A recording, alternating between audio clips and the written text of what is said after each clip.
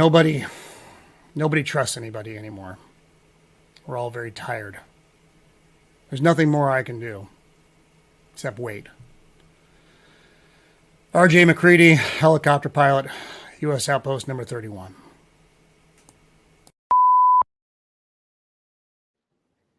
Greetings and welcome to Solving the World's Problems.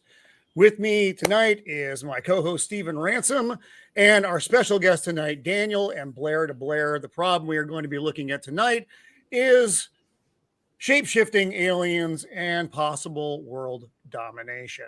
So welcome everybody. Stephen, how are you doing tonight?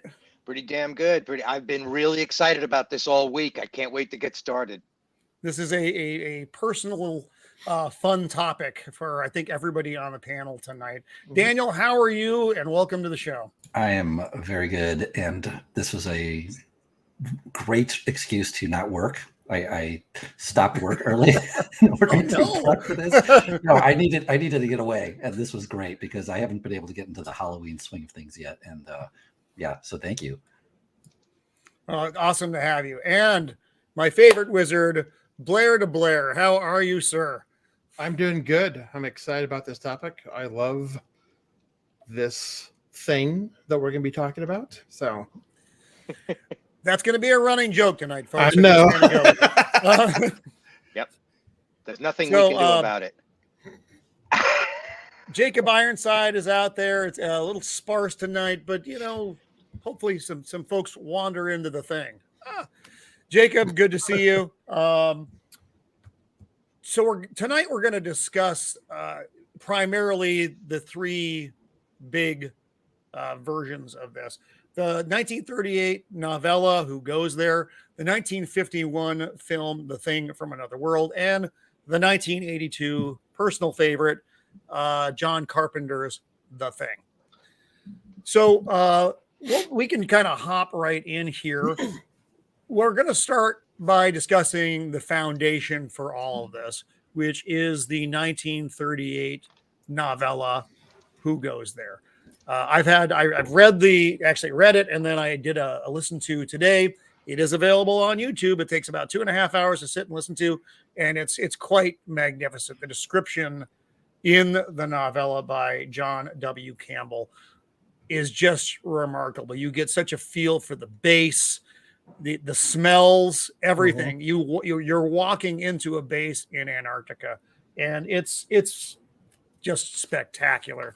The writing is just, I want to say it's ahead of its time, but you had just a lot of good science fiction writers.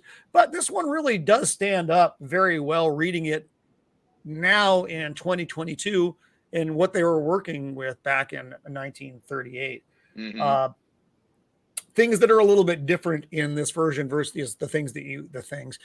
I'm going to keep doing that. I'm not going to mean to do it, but just go with it.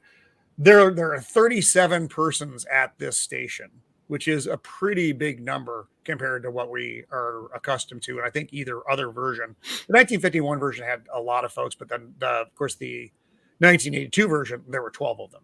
It was a really small party. And I think that really intensified a lot of things in the film.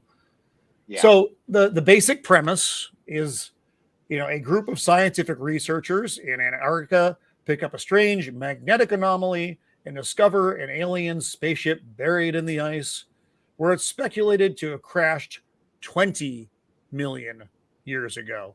And that's another pretty big difference from the things that we had discussed in either or of the other films.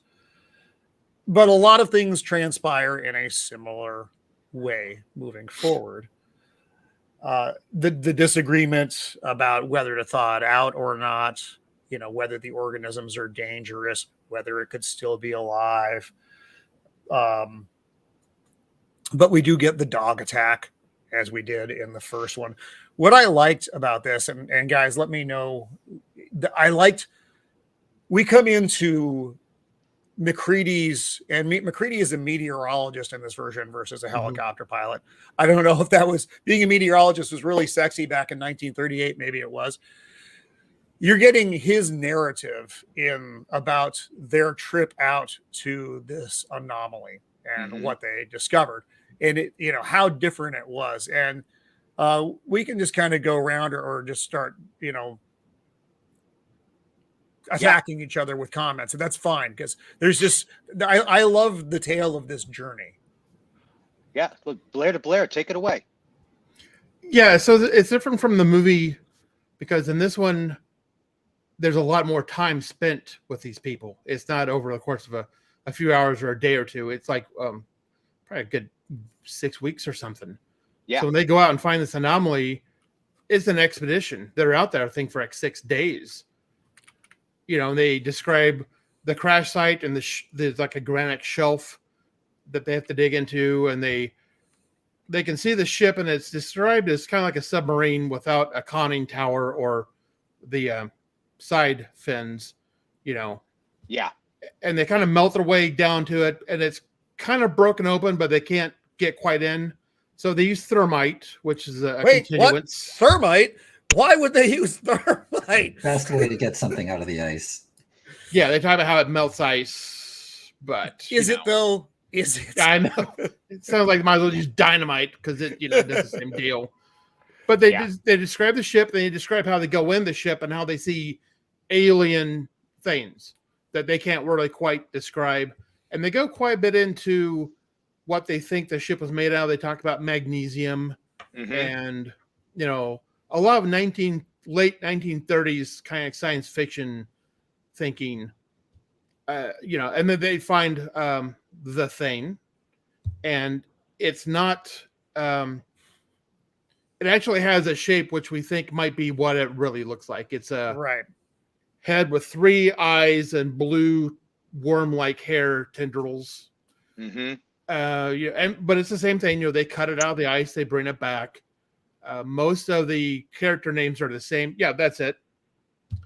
The blue part of it, the fur part, that's when it was starting taking over a dog. Yep, part dog, part alien. What an ugly bastard. But one significant difference was they have dreams. Yeah. And they dream about it. And that's because in this novel, it's telepathic. It's not, it's alive in the ice, we know that, but it senses them and it starts kind of reaching out to them and start to know them and try and, you know, figure out what's going on. And that's another way of how it mimics someone, is that it, or a creature, is that it makes like a telepathic connection. So that's, other than just making an imitation of it, that's how it knows how to act like it too. Yeah. I liked that description a lot. You get, I mean, them going to this being the discovery party, you get so much information about their trip. You know, the temperature was a constant negative, you know, negative 61 degrees. It went as high as this and as low as this. You get a lot, you actually get it. He sounds like a meteorologist because he's giving you all of these, you know, and it's because the wind must have been getting funneled through this mountain range. And I love the description of the ship, because what it sounds like, and you used to hear this a lot, you know, in the UFO talks about a cigar-shaped ship. And what is a submarine without, you know, the tower in the tail? It's a cigar-shaped ship. It's so I thought that was really good. I love them talking about trying to get into the ship, and everything they tried to use didn't make a scratch at it. You know, there was just inconsequential. And the nightmares they had, you know, because they didn't realize, you know, at this point they didn't know what it was, but it's talking to them, and it's a nice, just his description of the journey is creepy enough. And it was 12 days that they were out there total. That's a long time to be there and back again with the critter. Ugh. Yeah. And 2 points about the vehicle. I mean, I'm pretty well versed on UFO lore, and in 1938, there was very little discussion about this subject at all.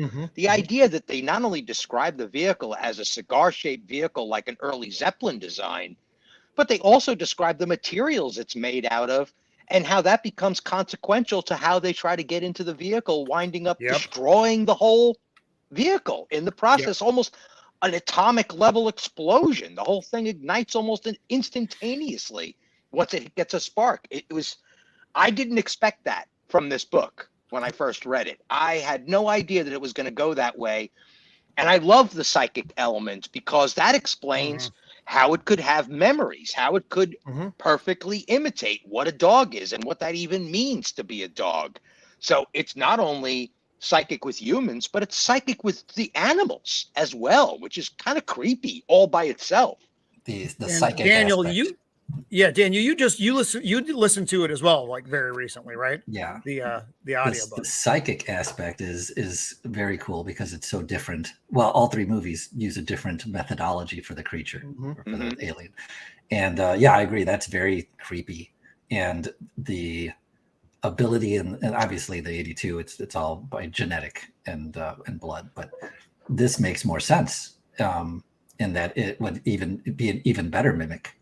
I'm curious about Campbell's ability to write the settings so well when he's only 25 from what I looked up when he wrote this, and I don't think he had any personal experience in any of this kind of thing like military or exploration. So he either did his homework very well, or he's just a incredibly insightful, guy that can just imagine things very accurately. Yeah, indeed. I was surprised that they even mentioned Admiral Byrd as a historical point. That was surprising too. That he was even part of the conversation at that time. But if you go back in the old National Geographics, this stuff was being described and photographed. I mean, there was plenty of material for him to do his homework on. So, kudos to the author for involving the reader so deeply in the atmosphere of the place. That's so true. I mean, just the doing actual homework. Authors, I think that was probably more prevalent back then. And just learning about what you're writing about instead of winging it or assuming, and it really shows. Yeah, I've been doing a lot of reading about in the realms before World War II, in the science fiction and the adventure stories about the exploration of the North and South Poles. And this information was out there, and I could tell you from my reading alone, being a North Polar or a South Polar explorer was sexy as hell. It's kind of surprising, but we've kind of lost that scientists were as sexy as airline pilots in the 60s. Yeah. They were men's men, and well, the way they describe everybody sounds there's not like there's a lot of great character descriptions in this. McCready being the man of bronze, where Norris is the man of iron with his cold gray eyes. And then the description of Blair, they're describing Wilford Brimley, which is his bald head and his green of gray. Yeah. Yep. Oh my God. It's just like amazing. And the freckles and everything. Yeah. Yeah. And all of his twitching and all of his ticks. Bird-like. Yeah. His little bony fingers. Yep. And Gary, the commander, looks like they describe how the 1982 actor looked exactly. He was tall, thin, Yep. All those guys. So the crossovers you get from the Who Goes There to the 1982 version. And I'm just going to hold off on the 1951 version for a minute because it is so very different. Whereas the 82 version is actually a very good adaptation of this. So you have Benning. He's an aviation mechanic in the novella, whereas in the 82 version, he was a meteorologist. Blair, biologist, same. Clark, the dog handler, same. Dr. Copper, same. Gary, the expedition commander, similar, same. Kinner is the cook. He is basically Knowles without the roller skates and radio. R.J. McCready is the second in command, and he's a meteorologist, and we talked about it just a second ago, as opposed to a pilot, and I don't know why one is, whatever, it's fine. And then Norris is a physicist in this, and he was a geologist in the 1982 version. So you still get an awful lot of crossover. Like I mentioned earlier, you also have a much bigger group that you're dealing with. And while they say that there are, what did I say, 37 persons there, you only really interact with about 17 of them. Yeah. So, that it kind of is what it is. So we go from McCready describing the trip out to the ship to coming back. And then there's the discussion about the thing in the ice and what they should do. Do they defrost it? Do they leave it in the ice? Is it harmful? Blair really wants to let it out, but Blair may not be of his right mind since we know the thing. And that this is, I mean, and they even talk about that. Yes. They go into a big thing about germs and microorganisms and how lesser evolved organisms could handle a flash freezing and thaw out and live. More complex organisms can't. And they even get into cells and stuff, which kind of like foreshadows what you find out later about the thing. And yeah, they even joke about the dreams. Okay, so far, the only bad thing we've had is like, bad nightmare virus. No, that's not a thing. So yeah, there's a big thing. They talk about, doing some tissue samples and, just putting out in the ice and freezing it until later. But there's like a big long discussion about the whole thing. So, and people were getting really heated. What was the continent? Continent was, he did not want this thing getting defrosted. Because he's describing the malice in the eyes of the creature. Yeah. The look of it. Yeah. And they talk about how, Daniel, what do you think about that whole exchange when they're discussing whether or not to defrost the critter? We get a wonderful mood setting, and it's like you said, it's a slower build. So the sense of the characters basically letting us know as the reader, this is something to worry about versus, well, the movies are just so, I don't want to talk about the 1951. It's so blunt. But yeah, again, it's a great, it really feels like you're there in terms of characters that are believable. That's what I got out of that. They're not like cardboard cutout characters. They have very different personalities and very different desires. Yeah, there's all of the science at the front of the book is actually really, really creepy. You really get a sense of the tone of what's about to happen and knowing what's about to happen because we're looking at all this in hindsight. All of that science lends such a creepy mood to what this thing could actually be capable of. It's you start understanding why these men have deep fears. And these are obviously not men without courage. These are men's men, they've got their beards and they're all strong and they're all capable and knowledgeable as well. None of them is like dumb or silly. And they're discussing actual science that makes sense. And I mean, and Campbell does a nice job at allowing it to make sense to the reader as well.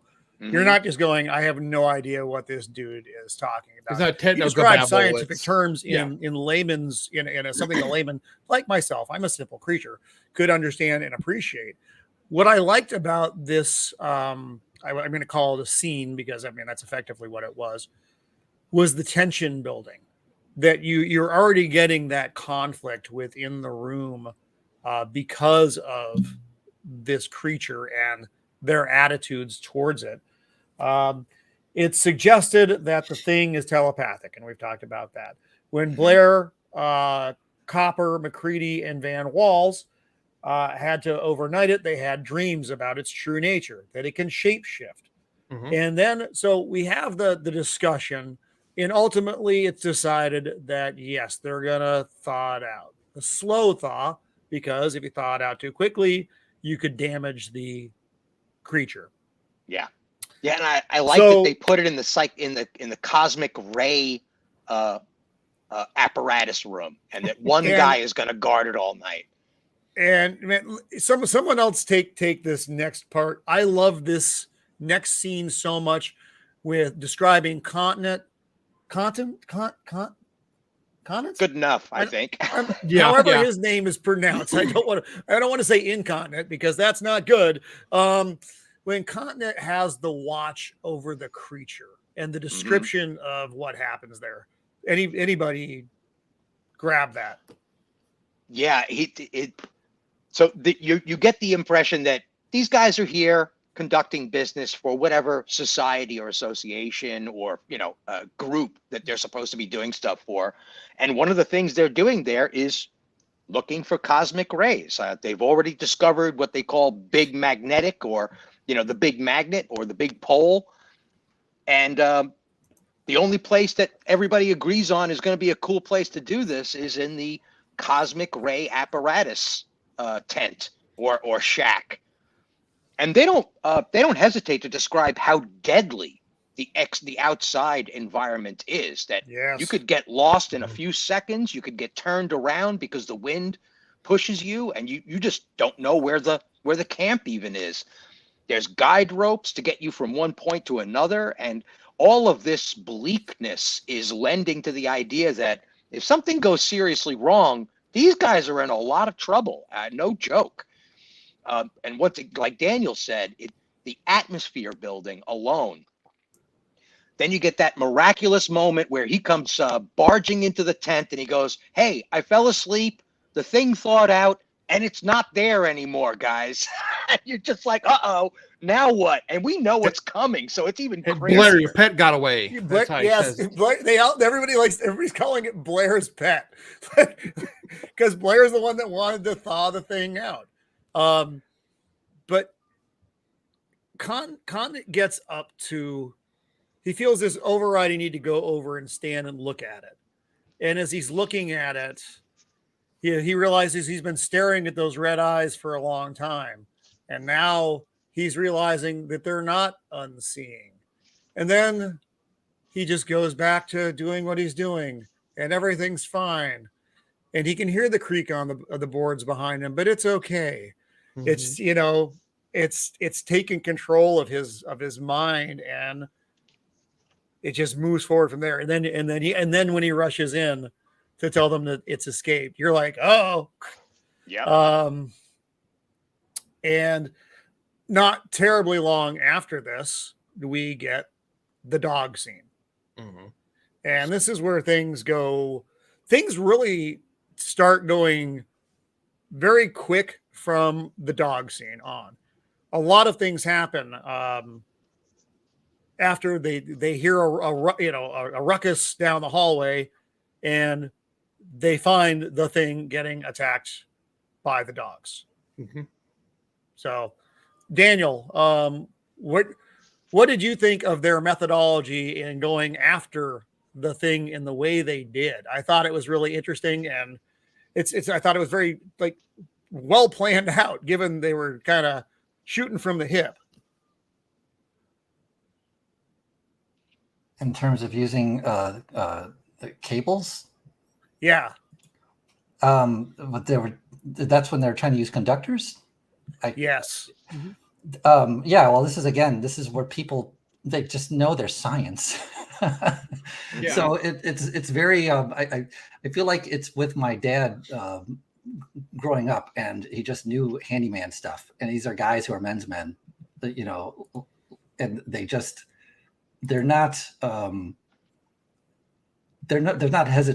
hesitant about just using things and going for it. Yeah.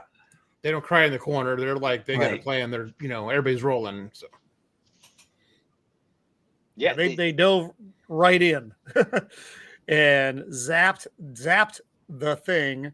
But this is where we get the sense that it's trying to do the imitations. And we get a good description of what they think happened, later on. He's like, yeah, we basically interrupted it.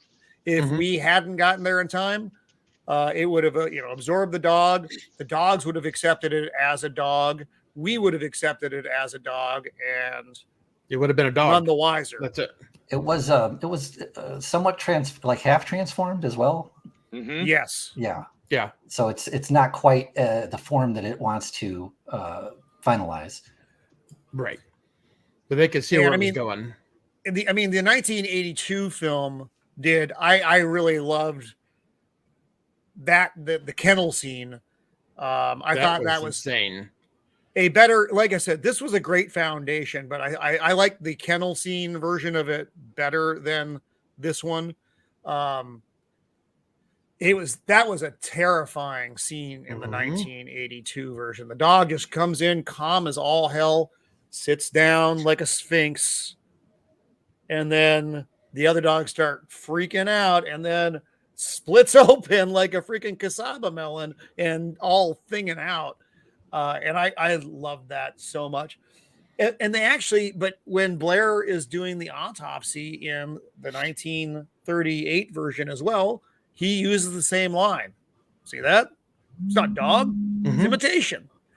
You do get a lot of that in this. You actually get some of the same lines said by different people and maybe a different way in the 1951 version. But yes, like I said, from the moment they realize that the thing can shapeshift, can absorb other life forms and become those life forms, it takes a really dark turn. And Blair, not unlike the 1982 version, freaks out. He starts, it's the way they describe it is very creepy. He starts just kind of giggling and laughing. He's like, "You don't know I did it. You don't know I did it, but I did it." He went out and he had damaged the aircraft and the radio equipment and the means to leave. Nobody gets out. Nobody gets out. And they're trying to, and this is where they're trying to put the pieces together. It can imitate a dog. It can imitate a man, but it can't imitate a man's mind. A person we've been down here in the these tight spaces with for all this time, it couldn't imitate that because we know.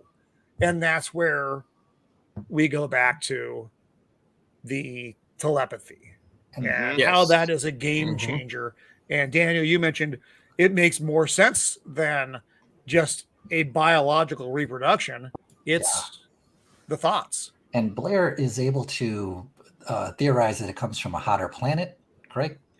And he figures out a lot about its biology just through deduction. And again, it's a very cool in seeing thinking characters that can figure so much out that makes logical sense. And he starts explaining, the nuclei and we're all made of jelly and how it can interact with us. They didn't know about DNA then, Yes. but right. Yeah, they had most of it right though. The nuclei and the reproduction process and it's terrifying, especially now, the more we learn about modern science and DNA meddling and everything like that this kind of thing just becomes more and more terrifying in that you could see this happening. You could see a creature like this, that it could actually exist, or some, meddling that could create something like it. But it makes sense.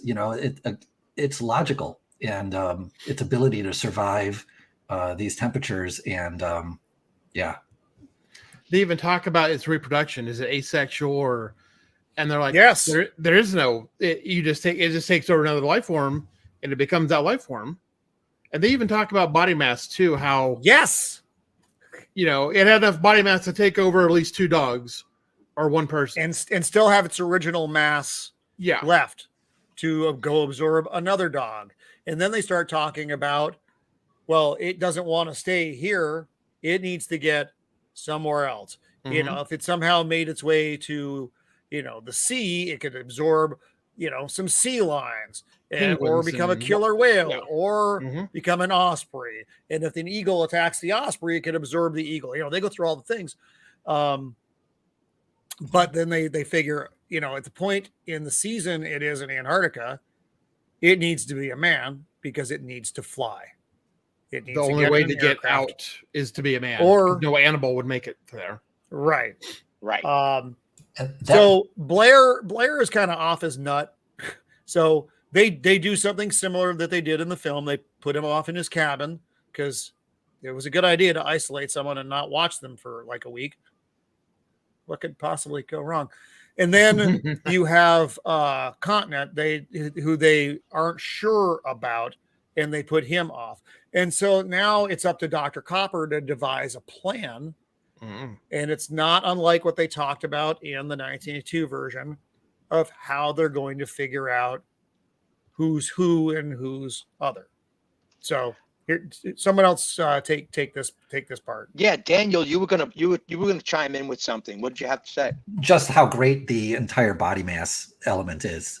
Oh yeah. Just in so many modern movies of this kind with shape changing and all that, it's completely not cared about by most directors and writers and everything. Right. Where it's something the size of a dog can become something the size of an elephant. It makes no sense. It would weigh nothing and it would just be blown over by the wind. But yeah, the fact that they bring that up and discuss it and discuss the rationality of it, of, you know, if he adds another 60 pounds, then he can become you. And like you said, the fact that the creature has to logically be able to escape. It can't just become a mythological creature that can just whisk away into populated lands. It's stuck by this luck in Antarctica that otherwise the planet would be essentially over already. It'd be doomed. We'd all be, lost. And so it's got its own challenge, which is this is one of the best parts about the setting of this story. The creature has its own challenge. All the humans have their own challenge in trying to deal with it. I'm kind of generalizing and skipping ahead, but the creature has its own quest or what it needs to accomplish. And so you have this pitting of minds of an intelligent creature versus, our intelligent characters. And so that really is great. But yeah, then you're talking about now with Dr. Copper and the blood tests, where they start coming up with the blood test idea, right? Serums and which is a whole technology I didn't even know existed, to be honest with you. So to have a clear description of a pre-1950s chemistry set version of how to get this job done, and then to have it backed up by the ultimate solution of jeopardizing individual cells by doing small blood samples in the final sequences. I couldn't believe that this was all in this 1938 book. It was kind of surprising to see so much science in the book. And then ultimately realizing, so they do the test, but then they realize it's only the test because they decide they're going to use, human subjects and a dog subject to run, because they would use a rabbit, but they don't have a rabbit because they need something so the blood samples don't mesh, essentially is what it comes down to. And you can see that one is not like the others. But then they come to the conclusion that if we have one of the humans is contaminated already, or the dog or whatever, you're now working with it's a variable you can't account for. And now your test is essentially meaningless because you don't know if you're running an alien versus alien sampling. And everybody pretty well freaks out at this point. And they paranoia get out the old movie projector and they're like, we need a big distraction, man. Let's watch some cartoons. Because initially they thought they had the success in their blood tests. And some people are like, oh, thank God, I'm not. Yeah, they started breathing and then the later they find out, oh no. And then you juxtapose that with what the movie was. Dr. Copper talks about some essentially blood tests about blood serum, and the thing sabotages all the blood. Right. So they're not even able to do anything. Right. So, it's pretty amazing that the more contemporary piece has less science in it Yes. than the 1938 piece. Well, The they idea also- that Blair has his nervous breakdown over a computer program that we're never explained how the computer is this intelligent in No, 1980 no, we something. weren't. I mean, That was a God, bit it of a weak point. extrapolates the end of the world with no data 3 whatsoever. weeks, everybody's dead. Yeah, You know. it's like so the book is actually better in that sense In its because they descriptions, explain yes. all of the science. Daniel, what were you going to say? Oh, I lost my train of thought. No worries. And it's like, 50-year-old science. And it's way better than. That's what I was going to say. Yeah. They were just better. And people were, first off, books have to be more intelligently written, obviously, because it has to carry the story and it has to carry your interest. And movies can obviously be more visual and that can kind of bypass that.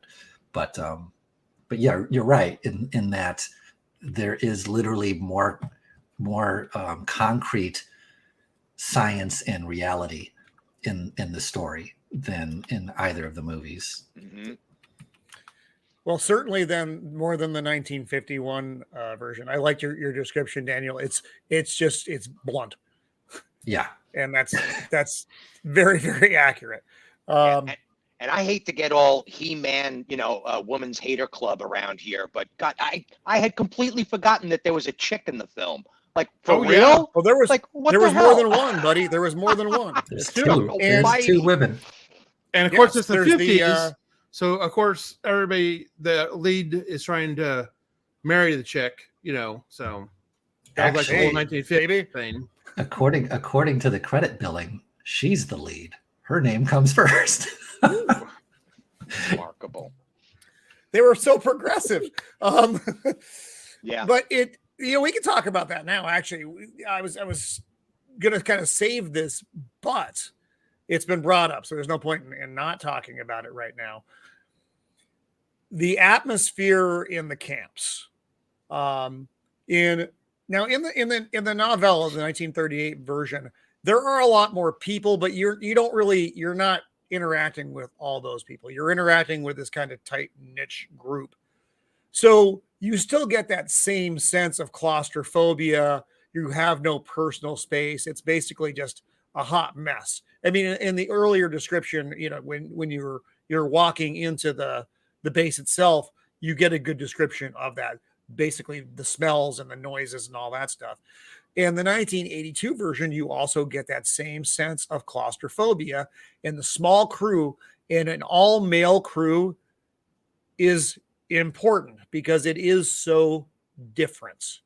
As soon as you introduce a female character into the mix, and I'm not saying this is I'm just saying it's different, it changes the dynamic of the group. There is no way that it does not change the dynamic of the group. 1938, it's clearly an all-male group. 1982, obviously. And then 1951, it's not. And because of that, you have a different vibe in that camp. I made notes while watching both movies, and the all-male cast is a hugely important part of the 1982. And just to speak about the 1951, it's instantly got more of that cheesy, happy-go-lucky 1950s vibe to it, where this is a drive-in movie where everything's going to turn out fine at the end. Mm-hmm. And I was superior. Yes, I was actually shocked because the entire cast is completely throwaway, forgettable. Our leading man is completely interchangeable with anyone else, really. My favorite character were actually the doctor and the secretary. I forgot her name. They are the only ones who had actual personalities, and were she was actually kind of funny. Nikki was her name. Nikki, she's funny. Nikki Wilson, which is not a good name, but whatever. No. And, how uncreative is that? And Dr. Carrington, he plays like the classic RKO picture mad scientist. Not really mad, but willing to basically throw away everyone's lives for knowledge. And he's saying science all the time. Science. For the good of science, we must all die. I think he literally says that. If we, he does. God, yes. He at least is playing a interesting character. Like he's doing the scientist thing. And, and I thought she was just charming and cute, but everyone else is just blah. Yep. Mhm. No, you're Yeah, 100 yeah. because you had Captain Henry, which was the pilot, the male lead. You had Ned Scotty Scott, the reporter. You had James Arness, uncredited as the Thing, of course, and Dr. Carrington and Nikki Nicholson, which you pointed Tex, out. the radio But- operator, Tex. But Tex, you have Tex, the radio operator, but then you have like everybody else. Generic tall scientist, generic tall female scientist, other random scientist. One looks like he's wearing his college sweater. Yes. Everybody on Captain Henry's crew, they are, every single one of them is interchangeable. I mean, what was the younger fellow's name? Bob was like a corporal or a sergeant or something. Yeah, they're like Air Force guys. Just They're generic Air Force. random Air Force guy number one. Yeah. Right. And I mean, it's a funny discussion point. I was going to say thing again. I'm trying to stop doing that. If we take the Thing part out of the 1951 film,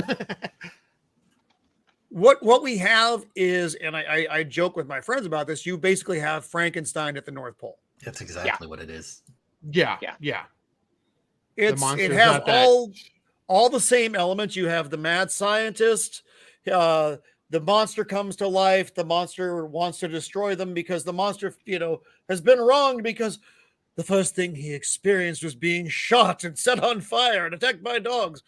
And then the monster destroys the scientist, and then the villagers destroy the monster. The movie could be summed up in that final scene where the scientist goes to plead with the monster and tells him, "You're wise. You've traveled the stars. Listen to my words." And the monster just goes, and backhands him, and it's like, oh, it's Frankenstein. And then they throw a pickaxe at its feet. It hops onto a platform where it can be electrocuted. The predator in Arnold Schwarzenegger's movie was smart enough to avoid a trap. This thing's so stupid, It probably wasn't actually the pilot of the ship. Maybe it was just a prisoner, and they sent it to Earth, and it was just a dumb creature. They call it a carrot. They And need that's they about needed what it to was. stand on the planks, the wooden pallets, because that's where the Gangway. electrodes. So it's because it's down on the cement, and they're like, "Hey, we need to be up there." So he just throws a piece of metal at it and jumps up there. Yeah, but you're right. All the characters, they do this thing, and I actually like old movies, but this one is barely palatable. They do this thing where you've got like 10 guys in the background, and they each finish each other's sentence, or they say like 2 words, but there's always constantly vocalization. Someone's always saying something. They talk almost on top of each other. And I realized this watching it. You only see James Arness as the monster for like probably 5 minutes throughout the whole movie. Max. 95% of the movie is them dialoguing to kill time, because they have to keep people interested, right? So they have to constantly talk and banter. And they always, and oh my gosh, they do that thing where they always transition, where they do a fade transition after a snappy, like little, comeback line or something. Oh, there you go again. Fade into new scene. And it's so campy. And I hate beating up on it because I actually like old monster movies. Yes. This one is, God, that was a challenge to watch. Yeah. It is hard, and it's funny. I actually used to like the movie before I really realized how, because I didn't know that the 1982 film was so close to that source material. Yeah. I mean, what are the basic elements that all 3 things have in common? There's an alien ship, there's an alien in the ice, the alien thaws out and it goes poorly. Right. Yeah. And then shenanigans. But In an Arctic setting. now in 38 and 82, you have a lot of crossovers, and we talked about that. I mean, you have a ton of crossovers. 51. No. They kept the one little element of it in that this monster can reproduce because it's a plant and it needs blood, and it's also got a very good survivability where the scientist says you basically can't kill it because there's no tissue, and so you could shoot it full of holes and it doesn't care. And so burning it is the only real option. But other than that, the fact that it's an alien creature with a completely different biology and that it lands in a flying saucer, and I guess this one, they they do the thermite, so it's close to the book with the stupidity. Yeah, Of every thermite. version does thermite. That And is they blow something up the every ship, version too. has in common. They blow Well, up the engines of the ship, and it's Although all you don't see destroyed. it in the 82 version. we see No. them do an explosion in '82 when they're using the found footage from the base, Yeah. but we don't know what they were doing exactly. Right. Yeah, they make that other team to be the numbskulls from the 1951 film somehow. But you brought up the Predator, Daniel, and I was definitely getting Predator vibes when they were describing the creature in the original novel. I was really surprised at how close they were actually getting to the description of the Predator with his tentacle-like hair and his super ugly face and the crazy eyes. You definitely get, and his face is openly described as being almost a lunatic's face, the way how much rage and anger and madness was in its face. I loved the description of the alien. And yeah, because what did he say? Because there's a back and forth on the discussion of the alien and the look on its face, and whether that, on his planet, that might be a smile. In China, white is a color of mourning. Why would we expect, the same thing? Yeah. And it might just be their nature. He's like, well, it was a sure damn evil nature wherever this one came from. He used to, the equivalent of torturing kittens, and the guy's just raised on hate and cut its teeth on evil, and it just went on a big description about how it was not friendly. Yeah, exactly. And the guys really stick to their guns on the science of it too. These are not men that scare easily, and yet this thing is creeping them down to their bones. It's really powerful stuff. So we come down to I like the scene with Kinner the cook as well in the 1938 in the novella. We'll go back to that for a sec. He seems to have lost his mind. He keeps like praying and screaming and hysterics. He's just a nut. And then they go out to do something, and then he stops, and they go back in, and he's got a knife in his neck, and they're like, what happened? And who was it? Was it Norris? You have to forgive me. I don't remember which one of them stabbed. Yeah, I don't remember either, but it's crazy how that scene almost has a sound effect in the book. Like you can hear it suddenly become silent. Yes. And so they're now testing out their big electric rod weapon because it worked on the thing the first time. So they created something similar and so they go to test it on the body, and the body, because they think that Kinner is he's dead. But then, he jerks back alive, and they cook him, and they're like, who was it? Was it Continent or it was either Continent or Norris. I don't remember. Forgive me. And they're like, he was almost a murderer, but he proved his humanity. Please don't anybody else try to prove their humanity today, which I thought was funny. And then we actually move on a pretty basic course with the 82 version. From this point, McCready, who he had medical training, it's a weird kind of background story for him. He was getting ready for his internship, and then he decided to become a meteorologist. I don't understand that. I'm not going to try to understand that. That's right. But he devises the heating up the copper wire. It's going to, because the individual parts of the thing are going to try to survive on their own. It's exactly the same thing we saw in the 1982 film. Right. That was fascinating to learn in the movie, because as a kid, I just thought, that's a smart thing to do. But it's straight from the book. Yeah. Mm-hmm. And the description in the book is like, when it's a single being, it's acting as a unit. But if you isolate a few of its cells, it's going to become selfish all on its own. Yes. And do whatever it needs to do to survive. I was like, wow, thank you for that explanation. That makes the 82 versions even more terrifying. Their science is so advanced that they're able to actually make each individual cell. They have the will to break themselves down to the cellular level and live. And that's something I always wondered about with the movie and still with the novella is the creature basically a hive mind? Because if it's separate organisms yet still the same organism. Yeah, it would have to be something like that because yeah, and as a telepathic creature that makes tons of sense, but as a purely organic creature it kind of doesn't. And with the 1982, that always threw me for a loop because actually how many things are there? It's still really only the one. And I think that's only because it's trying to be true to the book. But in reality, there should be multiple, and it should be able to just reproduce and all be completely separate beings. Because why would an organic thing that's miles away from its new clone have any interaction unless there is telepathy that the movie just doesn't talk about? Right. I think and one would wonder if perhaps there is a psychic center after all, and that they can't entirely grow a whole new being. I don't know. It's certainly, there's enough evidence in the book to speculate. I know they talked about in the 82 movie, I think the thinking was that each individual cell has like race memories, or it remembers everything that it's ever interacted. That it's ever been. Yeah.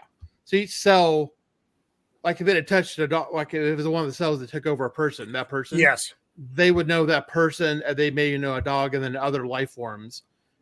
It can only use the templates it's touched. It can't, like they even talk about this in the book, how it can't read a description about a bird and then make itself a bird. It actually has to mimic a bird first. Yeah. Yeah, and when we get to the final scene, we're almost there of the book, we see a lot of that. So they do the blood test, and it establishes that Copper, Barkley, McCready, and Norris are good to go. Van Walls passes the test, but you don't hear about him again. He just kind of disappears in the book. And same thing with Benning. For whatever reason, those two characters don't get mentioned again, but the four do. Because they start talking about it, and then they're like, well, what about Blair? And then everybody's eyes get big, like, oh, shit, we forgot about Blair. He's been up there for a week. Yeah. One thing about that, so, when they do the blood test, it kind of goes the same way as it does in the movie. All of a sudden, you find out that somebody was a thing, but they do something different. They find out the guy's a thing, and they just jump him and just destroy him physically. Yes. Yeah, they like tear him to pieces. Very violent. It's a very violent sounding episode. In the 82 version, if they would have done that, it would have just, latched on to every single person that touched it and started converting them. Right. And this one, it couldn't. It wasn't that powerful. And, they do a thing with the blood, and it makes that screaming noise and jumps out just like it did. And the one difference is they find out the guy who... he's a thing again. This time, the commander, Gary, turns out to be. Yes. And I like that a lot because he was talking about Continent, turns out to be a thing. Yes. And Gary's talking, 5 minutes before, I would have said he was a regular person. And then turns out he wasn't one either. And they destroy him again.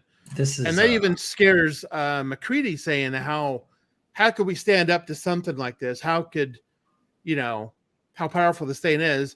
And then he sees these men just destroy these things. He's like, okay, yeah, we can take them.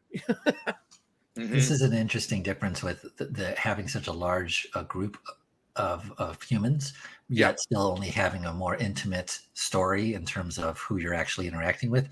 So you get that feeling of the claustrophobia and who can you trust, and you only need to know these certain characters, but you have the threat of so many places the thing could be, because you have a larger pool of suspects. And so it gives you both, where our two movies give one and the other. A huge cast, so it's like you don't feel a threat, and a tiny cast, and there's not many places it could be.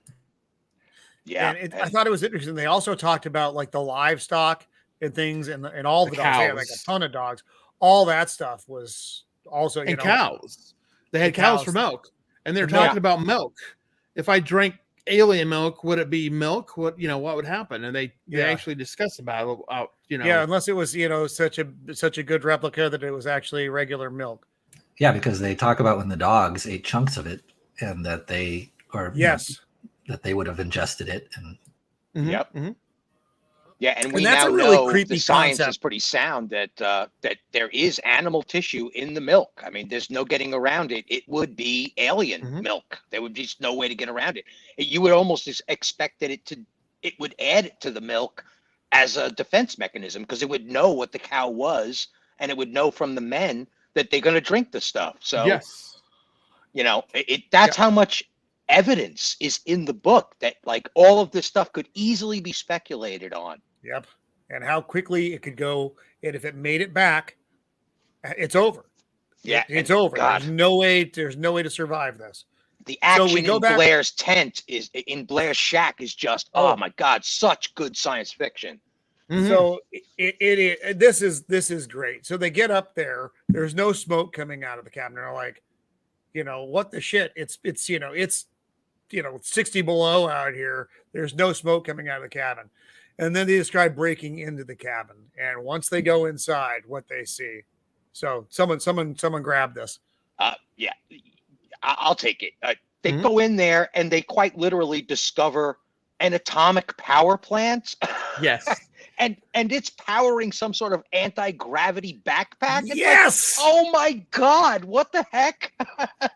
Good, take it away, Blair. That's how it was going to escape. It had Blair in the beginning. So Blair, maybe some part of him was still there, or it was the thing. It destroyed all their ability to escape.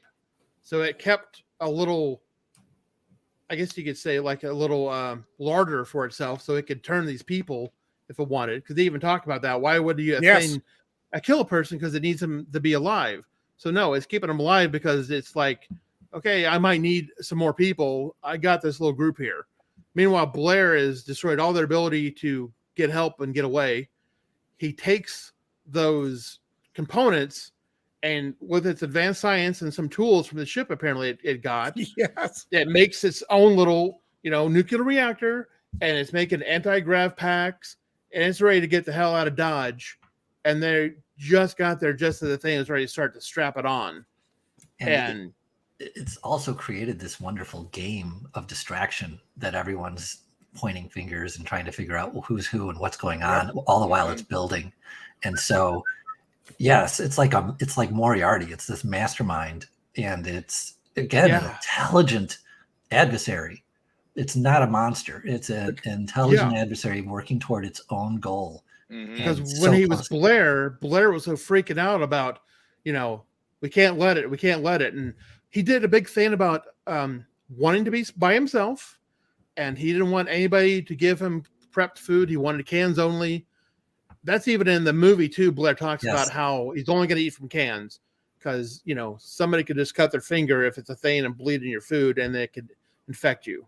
Well, like you said, Blair de Blair, is Blair in the book still somewhat himself, or is that just an acting job by the thing? Yeah, right, exactly. Yeah. It's crazy to even think, because you don't think so. You think he's kosher and they locked him up and he's still kosher, but maybe he's been an alien this whole time. Maybe even since he first touched the goop that he got with the axe. When the thing was still in the ice, for all we know, that could have been contamination from the beginning, and he was just playing 4D chess. He plants the axe or the ice pick in the thing's skull, and you get that description, which is also great. That's the very beginning of the story. He buys himself a whole week alone to work on his nuclear reactor and his anti-grav unit, and that's I do love the way they wrap up the book though. And they're like, if it had been 30 minutes later, this would have been over. We would have been done. And they do discuss, gathering all the bits and pieces, and they're like, what are we going to do? Well, we got all this wood, we got a whole bunch of coal, we're going to dump kerosene on it, then we're going to burn it with acid. All right, that's thorough. That's very solid. He shoots it in the eyes. He shoots in each one of its eyes. And then it starts transforming though into other things. The most the best killer it can become with its talons and its whatevers. And then he's just freaking blasting it with the blowtorch though. It's funny. you could almost say that the description of its final death throes is very similar to the death throes of the T-1000 in the molten metal at the end of Terminator 2, where it's transforming through everything it's ever touched. That creature, that robot, is almost identical to this. And it's trying to find some way to survive, and it's going through its little library of things, trying to pick something that it can use to. So and the Creedy just chases it all the way. He burns it and lets it freeze, burns it, lets it freeze. So we've learned that the Predator is styled after the Thing, and the T-1000's death throw is styled after the Thing's I would think that its whole design is designed after the Thing. Are you saying maybe these ideas were lifted from the book when they made these movies? Oh, heavens forbid. Inspiration. And then, but I mean, that's basically the wrap up. It's a very solid ending. You don't have ambiguity at the end of this book. You're not wondering if, which is something in the 1982 version you are. I mean, but then you have this, and I think this actually captures everything that Daniel hates about this movie, all in one poster. Yeah, good grief. Yeah, it tells the story of it. It's a 1950s sci-fi.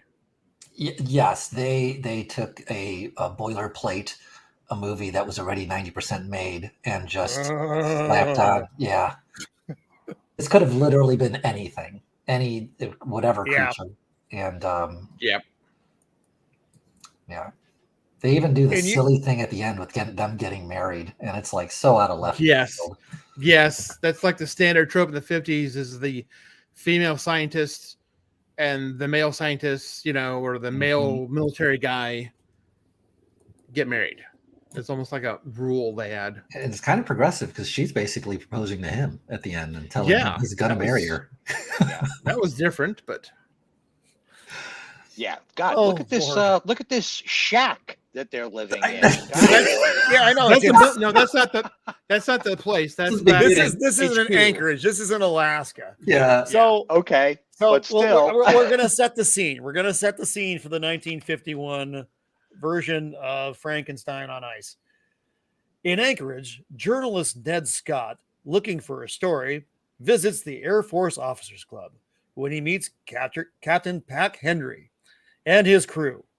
General Fogarty orders Henry to fly to Polar Expedition 6 at the North Pole, per request from its lead scientist, Dr. Arthur Carrington. And that's how this whole story begins. My God. And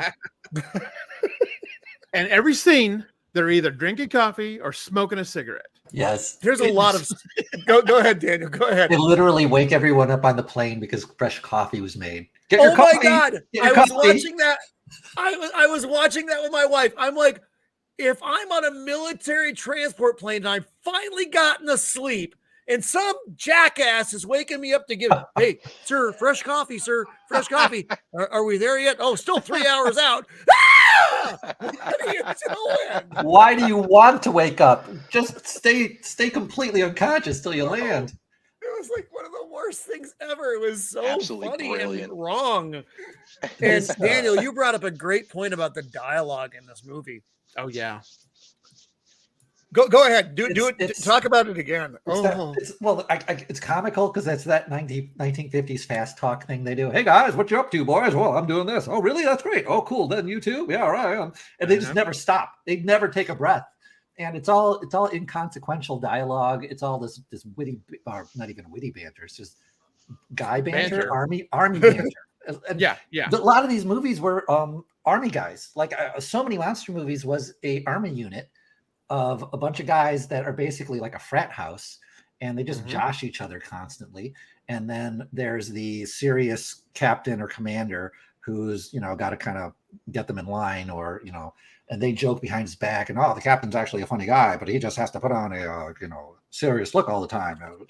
And this is the scene where I actually love this. There's only a couple moments in this movie I enjoyed, and this was the first one when he comes in and he is Mr. Serious, Mr. I'm in command serious, and she's played some practical joke on him, something about his legs, And she's just the look on her face right there. Her character is completely playful. And I think right here, he's like about to spank her or something. And she's like, now, wait a minute. Don't go that far. And it's so 1950s, but literally like she's kind of a saving grace in the movie because she actually has a personality and she's cute and quirky. Yes, they had a bunch of drinks together. And he sort of made like an octopus a lot. I've never seen so many hands. And then he passes out and she pins a note to him saying something about that he has really nice legs. Yeah. Other people got up and read that note before me. And he's pissed. The entire military now is talking about his legs. And he can't be an authority. He can't be an authoritative figure with everyone joking about him. She's emasculated him. Yeah. I'm supposed to be in charge. So God. So they get up there. His lady friend is up at this expedition. I think let me check my slides here. We meet Dr. Carrington, who is he's a lot like an alien in his own way. He's a peculiar gentleman. Yeah, but he's got a turtleneck, so it's all good. Well, yeah, I mean that means he's serious. The turtleneck means you're serious. Yeah, he speaks very seriously at all times. Yeah, he does. The way he speaks is very metered and determined, and he's just trying to read my notes back from me from 4 days ago at 3 o'clock in the morning when I bothered you in your room for no reason. Okay. So they've got a magnetic anomaly up there. And they want to go. They've got all their calculations and formulas and how they figured it out to how to get to this site, and so they're gonna go check this out and see what's up there. And they're all like, "All right, I'll go." The poor young fellow in the middle there, Bob. God love him. He was like the go-to guy for everything. I have no idea what the co-pilot's name is because I don't care. Yeah, and here we have the classic scene from sizing of the saucer. It's this big. This scene. I hated.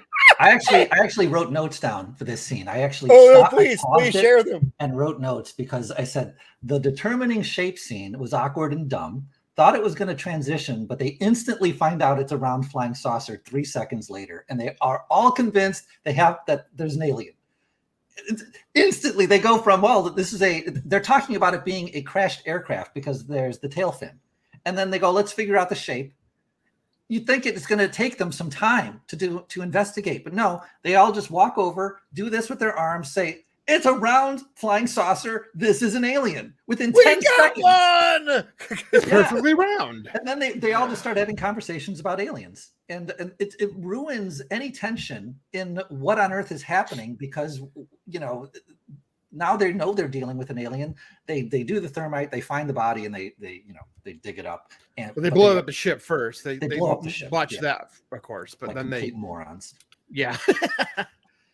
One of my biggest problems with this film was, and I had a lot of problems with it. It is fun and goofy, but it's still there's a lot of problems in this movie. Was Scotty the goddamn reporter? Oh yeah, he sucks. My story. Why is Scotty in this movie? Why is Scotty going on a classified mission to research a possible base, unknown? It's just there's so much wrong with Scotty being there, and he's a fairly annoying character as well, which is the other thing that I don't like about him. And here we have them placing the thermite. Obviously, if you're going to place a thermite bomb, the best place is attached to the aircraft. Why would you not do that? You wouldn't want to put it away from the ship at all, just right on top of it. You need to get the ship as warm as possible so it melts the ice around it.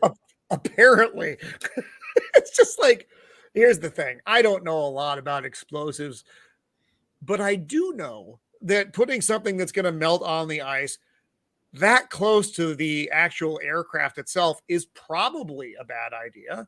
Mm-hmm. Again, I'm not an explosive expert. I'm just a guy in a garage. But that looks like a terrible idea. Well, the reporter lets them know constantly how stupid they all were for blowing it up. So at True, least there's that. true. Then later, when they get the military orders that say blow up the ship, and he goes, "Well, at least it came from the top too." Yeah, exactly. You're off the hook, guys. Well, you're off the hook for the thermite bombs. Because he is just over the top. He's ridiculous. Oh God. So they find the ship, they blow up the now they're going to blow up the ship. Standard operating procedure. Okay, thank you, Scotty. And then, I'm sorry, I skipped ahead a little bit.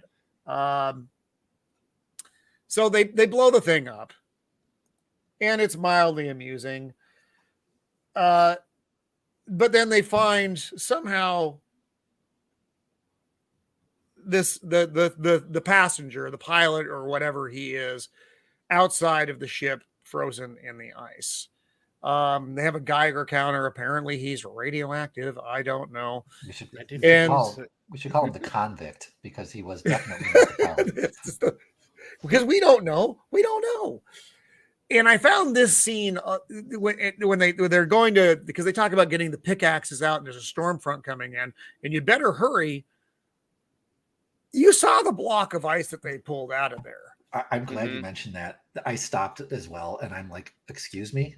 That's going to take hours. That is not going to be fast. You're talking about a very long procedure, because you dug around him. You didn't just, hack him out of the ice. You dug a big cylinder out of the ice around this guy.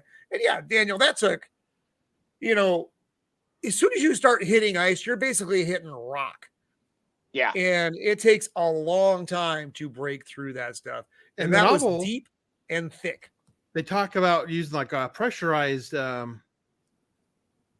a steam pressure to kind of cut the ice. And it takes a while. And now here these guys are going to like just chop it out with ice picks. I mean, seems completely illogical to me. They should have had, this is where they should have had thermite or something that's slow burning or something like that to make a rectangular groove and pull the block out. But they did it. Those guys. Two guys with axes. Yeah. They're fine. They're fine. That scene was just freaking painful though. Yeah. And so they get Chumley out of the ice. They go back to the base, and the captain is all in a tizzy now, because they're like, oh goodness, I blew up the alien ship. They're going to be pissed. We're going to take the rest of this slow. And again, now we're moving to other scenes that make me angry for different reasons.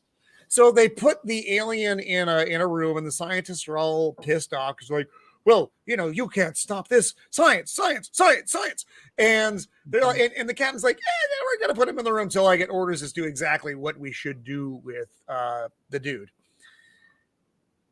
And they can't open the window, so he just breaks it out with a snowshoe. I love that. It's like, let's just smash out these windows. We don't need those. Everybody else will be fine in the base. This was your best option. You could just like leave it outside. Keep it outside. Exactly. Blair de Blair. What? It's like, you mean in the freezing cold?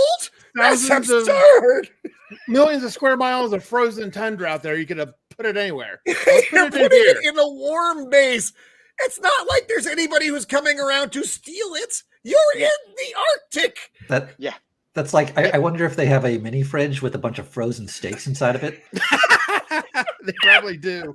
You know what? That is something they talked about in the 1938 version, though. They were, because they talked about the pilot being ejected, and he was basically 10 meters from the craft or something to that extent. 10 feet, 10 meters. It was a 10. He was 10 feet, I think actually makes more sense, because you could get lost in such a quick area up there, because it's just a blinding storm and everything. Unless you're on a rope or something, you can just become lost immediately. And but they talked about the cook was going out to get a side of beef that he had put outside because it's it's freezing, and then to bring it down to defrost it. But he got up there, and a cold blast screwed him up, and he was up there for 30 minutes just wandering around in a circle, not knowing where he was. I thought that's another just great description from that novel. And it makes this scene that we're talking about right now all the more ridiculous. Yeah, I mean, Because- they use a Geiger counter to find this thing in the 1951 movie. Doesn't anybody realize that any radiation is a heat source? I mean, what were they thinking? Well, it gets better because Oh god! Here, Talk- talk amongst yourselves for. I'll be back in just in 1 second. Go ahead, I'm gonna go Blair. bang my head against a piece of rock because I'm so irritated by the scene. so they make a big deal about smashing out the windows to make sure it's cold. They put a watch on it because that's what you do with a big giant frozen thing. Right. But basically, because the scientists are all about science, we got to get in there and thaw it out and do this and that. And they're like, no, we got to guard it. So what does the genius guard do? He takes the electric blanket and covers up the giant piece of ice. Yeah. And guess what happens? They make sure to pan over to the controller To that's plugged show in. it. To show that it's plugged in and this Yeah. is heating. And this guy is just, like 3 feet away from it? He can't hear the thing dripping and dripping. He even purposefully turns his back to the thing, which he's supposed to be watching. Yeah. No bad thing could possibly happen. Yep. Well, And then he acts so shocked and surprised it got out. Oh my God. At least he's got a very quick draw. He had that gun out of his holster like in a half second. He should have shot himself. I think Yeah. they found the stupidest person. I think that's why they gave him the guard duty, because he was the dumbest one. And they didn't realize just how dumb he was. That he somehow single-handedly thought out the thing. Like, my God. That was the character even though he's in the military, he comes across as like Jimmy Olsen, like a little kid. Yeah. All right, Jimmy, I think you can do this job because you're a complete moron. Just sit in this room and watch. At least bring me Watch this something ice to cube. read. Yeah. I mean, imagine this ice the cube in a Roman freezing room. equivalent. So sitting in the movie theater, he's just come off of military duty, right? He's a science officer in the Navy or the Air Force, and he's watching this movie going, we would never do that. Wait a second. We would never do that. What the heck? Oh my god! Well, Daniel, when I actually screamed outside aloud in my house when you brought up them panning over to show you the electric blanket cord and the controller. It's like, just in case you forgot, that's an electric blanket that's on the thing right now. To keep you warm with. God. But it's Oh, important man. to know that he was drinking coffee the entire time, so he didn't fall asleep. So, Right. No, Yeah. no, he was completely inept, but he Yeah. wide awake. was wide awake and inept. He was a wide awake total mental case, you idiot. Good Oh, God. Lord. He also describes I think he says glowing red eyes when Yes. he runs into the room and tells everyone that he just blasted away at the thing instantly. And I'm wondering if it just like sat up and he just started shooting. Probably did. Well, and when he runs into the room, the tall he looks like he's maybe he actually looks like a Norwegian scientist, because there were two scientists who were really tall, the tall light-haired male and the tall light-haired female, as I know them, because I have no idea what their stupid names are. But the tall male scientist throws water in his face because he's in a panic. He's Yeah. He's like a hysterical woman. Quote unquote in a panic, because that was the worst acting of a panic. It was so bad. He deserved the water in the face. Oh my God. So now the thing is out and running around. It gets attacked by the dogs, if you'll remember. It gets tore up, loses an arm, actually. Yeah. We're still I'm sorry, we're still dealing with Because the they thing. Here we retrieve the go. arm and they do an analysis of it and they find out that it's a vegetable based and it has seeds in its fingernails. Yeah. And then Scotty makes a comment again, though. Now, it seems to me, Dr. Carrington, that you're talking about an intelligent carrot. That's so bad. That I was thinking when you mentioned why did they have this stupid character, it's because of the byplay when you mentioned when they bring the thing back and it's still frozen, and then he has his little argument between the scientists and the reporter guy.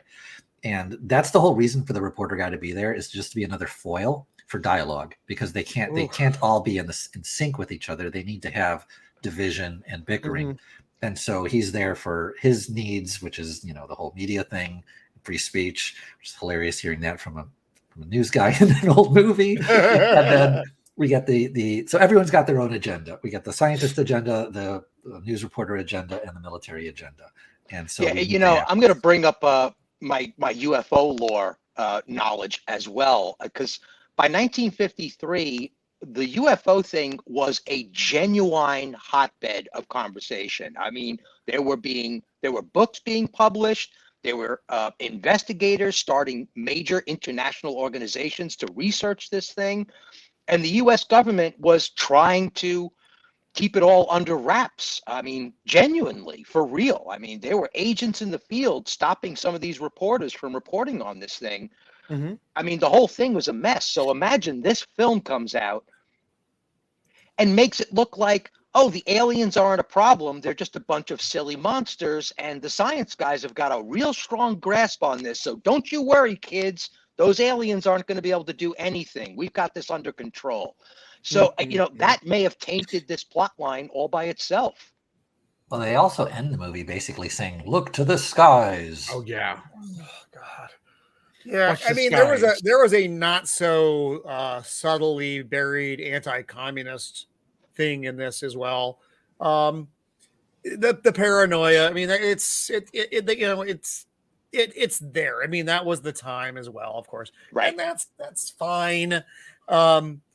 It's all the other parts of the movie that I have found become problematic over the years. Like I said, when I was younger, I actually really enjoyed this movie, and then as an older man who is able to, think logically, this became a lot of problems for me all in one film.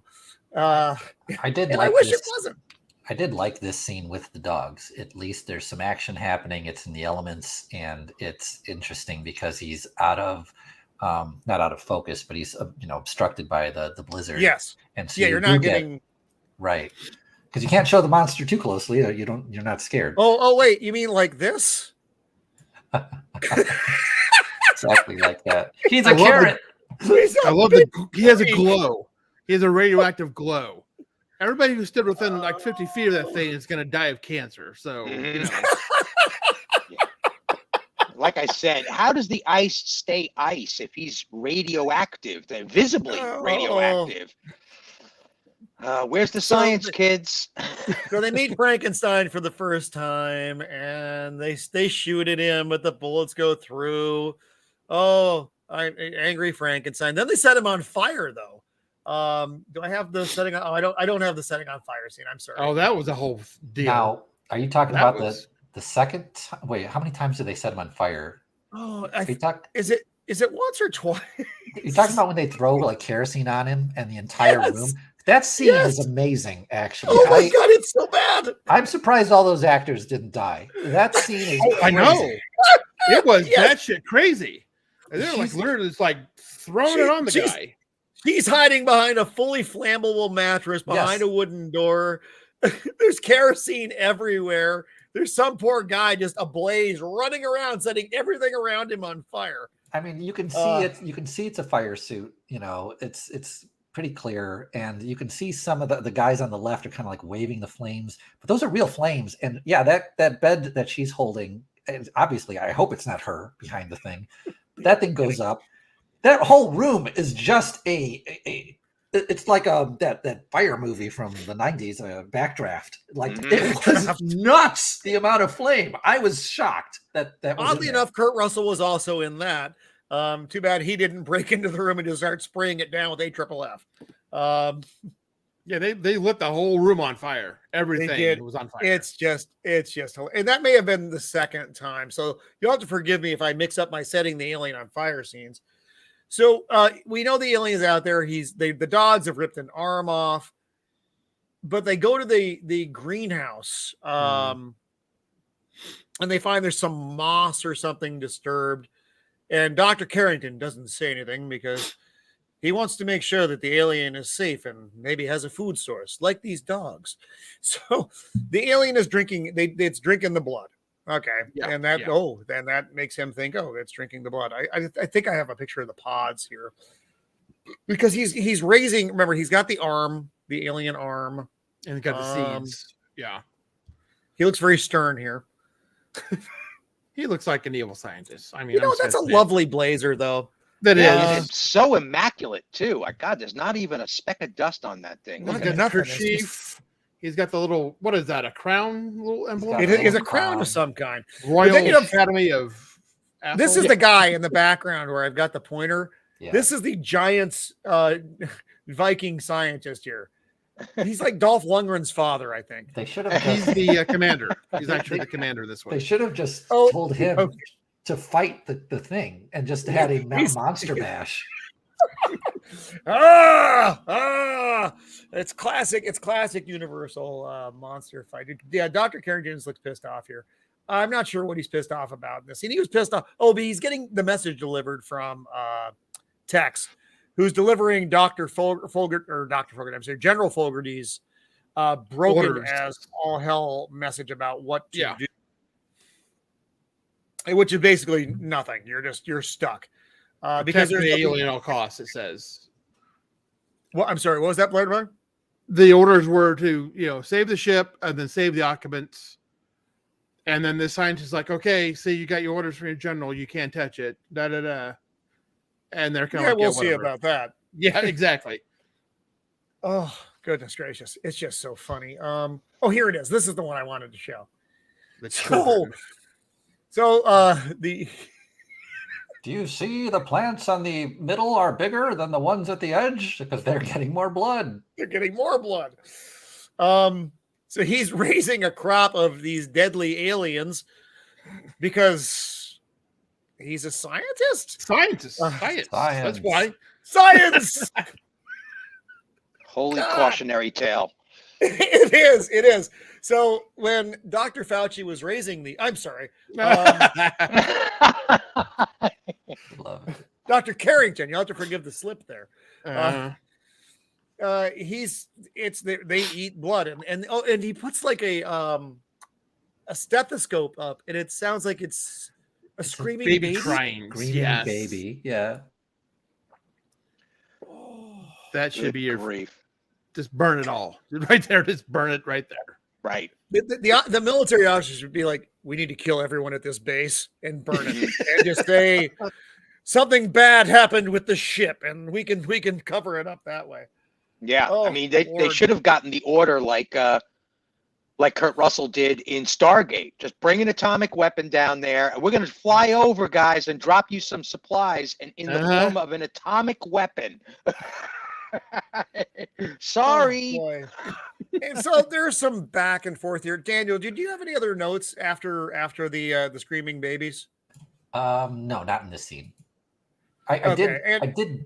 Well, yeah, there was one thing I did want to say about the please. actual science.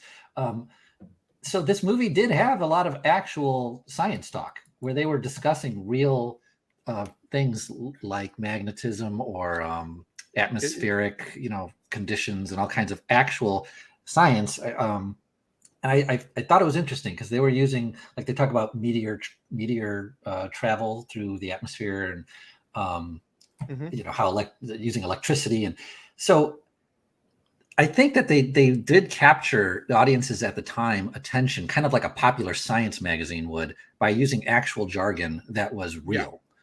Yeah. And I wasn't doing like looking it all up to make sure what they were saying was accurate, but it all sounded very accurate to me.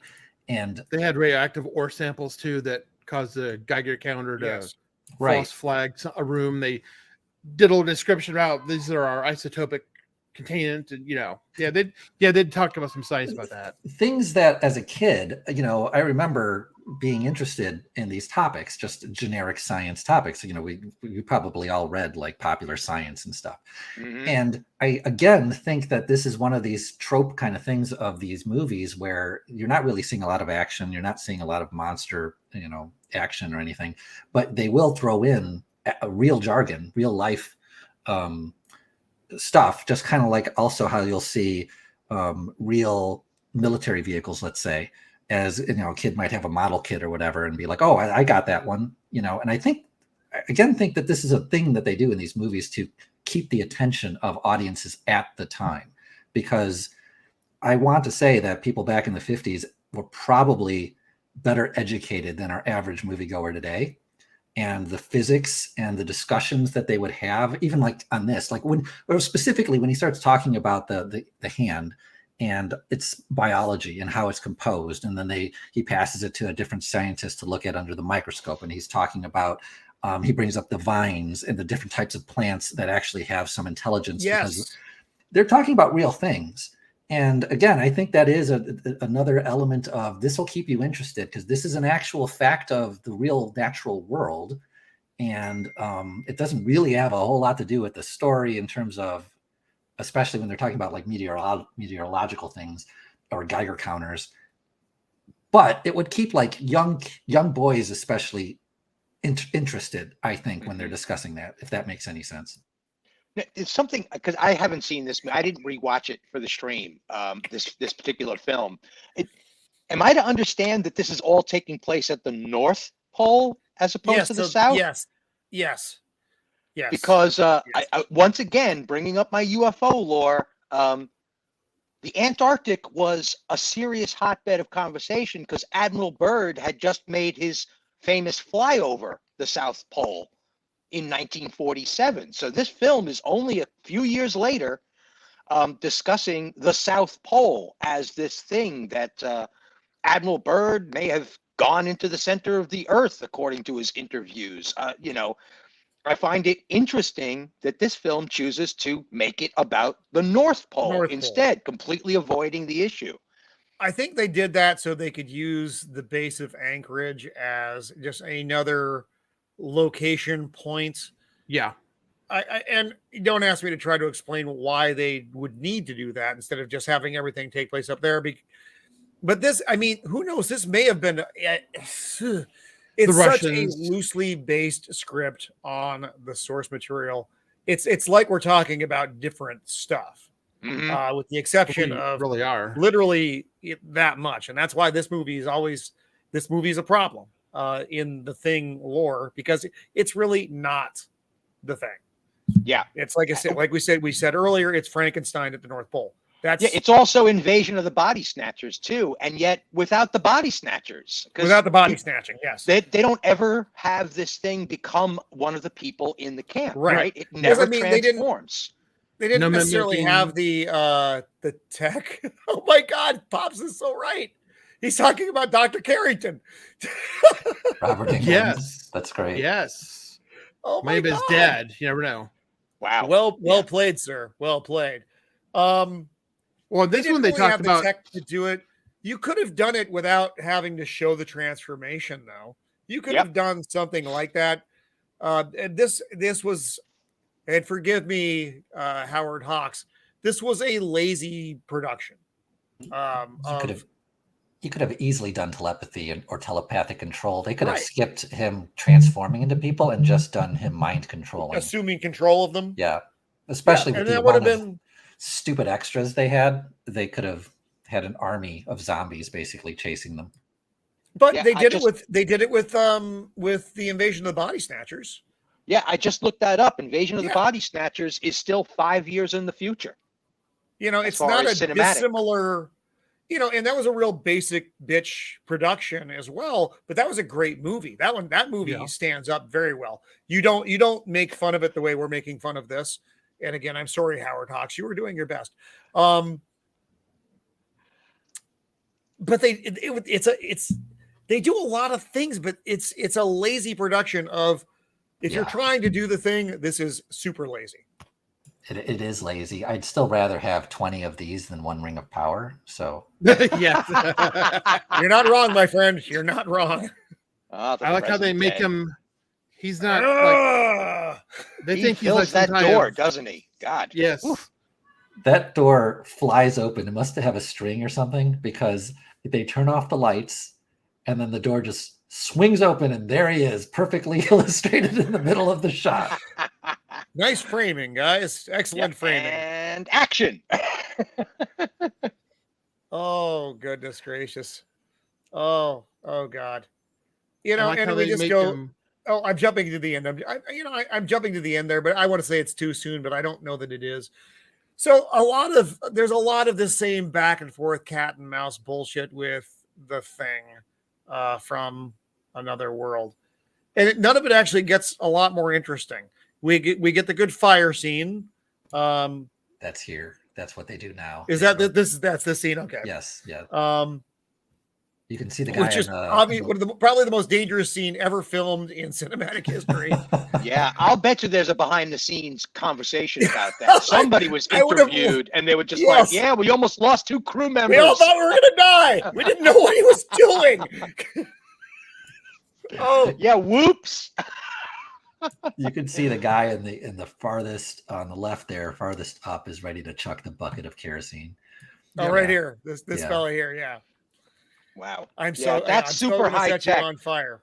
Let's chuck a bucket of kerosene because we don't have insect repellent sprayers or anything like that. You know exactly. There's no pesticide at the North Pole. So they douse him with kerosene. He jumps out a window and runs off into the snow again. Okay. And they devise this plan to lure him to some other hallway. Who remembers why they chose this? I don't remember. The generator room was the generator room. It was smart enough to take out their oil and gas flow. So the only place warm enough was the generator room. And then that's where they were all at. So it was going to come to them. Scotty has a cleaver. They're freezing. Oh my God. Yeah. The reporter has a cleaver in the background. Yeah, they all look like they're going to freeze to death. This dude's hair is definitely frozen. I think that's Bob in the middle. And so they devise this plan to draw him here, and they're going to cook him. They're going to cook the carrot is what they decided as something like that. Oh my God, it's so terrible. And then Dr. Carrington shuts off the generator. So he kills the power because he wants to save the alien because it's more advanced than we are. It's better than we are. Surely you must understand blibbity blah, blah, blah. And everybody is dumb. You can see the piece of metal they threw to get him back on the pallets here because we need to be on the walkway. Let me throw this piece of metal at him. That'll fool him. And he jumps on the thing. He kills Dr. Carrington first. You may be able to see his body. No, he doesn't die. No, he lives. He lives. Oh, no, you're right. He doesn't die. He doesn't die. Scotty gives his speech at the end. That's right. I forgot. There's also a bonus scene here where Dr. Frankenstein runs out and says, "He's alive!" No, Daniel tried to kill me there. Oh my God. So they do this, they cook him. All right. And this scene is also very poorly done. This is a kind of a neat optic right there. But as you watch the scene, he just starts getting smaller. Yeah. He shrinks. Like he's shrinking. Like there's a midget doing the, it's so weird. And they're cutting all the juice out of him and he's turning it into a little crispy. The Dr. Carrington thing where he turns off the generator, it's pointless because the thing is walking and he's about back where the pickaxe is now, and he's walking and they turn out the lights. Well, the captain just runs back, turns them back on, comes back, and the thing's still in the same spot. It didn't even progress towards them. So there was no use of this temporary, disabling of their plan. It's terrible. There's a lot of pointless things in this movie, Daniel. Time has to pass somehow. Yeah, right. Yeah. This is where they must have gotten all the writers from. All modern television is being written by the same writing crew as this movie. Yes. Here's the fire scene. I'm sorry, I have them out of order. Look at that blaze. It's a fucking inferno. Just being that close to a fire that big, what that heat it's got to feel like. Oh, forget about that. How about the loss of oxygen? They would actually not be able to breathe this close to a flame like that. Oh. I don't think actors were as pampered back then. No. Nor insurance. You get in that room that's on fire, you're not getting paid today. You're not making your $20. You can keep your $5, mister. And that's actually the last picture I have of this. And of course, you have the scene after this where they're all in their little in the room, and the captain tells Scotty to go ahead, Scotty, say what you want, say whatever you want to on the radio. It's perfectly fine, except for all the classified stuff. The best part of the movie is the news reporter doing the stupid monologue where he recaps the entire movie and talks about the heroic Air Force and the great battle of the North Pole, and yes, the saving the world from the alien menace. Oh my gosh, it's bad. Like, and that's the end of the movie. That I was like hoping it would just get to the end. I don't want to hear this stupid reporter. Oh, once a man named Noah saved the earth with an ark made of wood. A similar event happened today here in the Arctic with an arc of electricity. No, really? Someone kill him. Someone kill him now. Get the pickaxe back. Get the monster. Kill him. Wow. God. He's not a news reporter. He's a poet. So that's the 1952, or I'm sorry, the 1951 version of The Thing from Another World, produced by Howard Hawks. And it's a classic in its own weird way. Yeah, accidentally suspended between the book and the 82 version. Yes. Oh, goodness gracious. Oh, now comes the real entree of the story. This is the classic. So I'm just going to throw this up here for a second. I got to run off again for a second.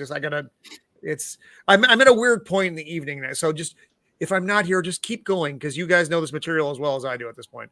Very cool. I love this picture so much. They're all so happy. Wish you were here. Yeah. Nice. So I will be back in just a sec. But you guys, any of you, please I have a perfect question to get us started as with. well as I do.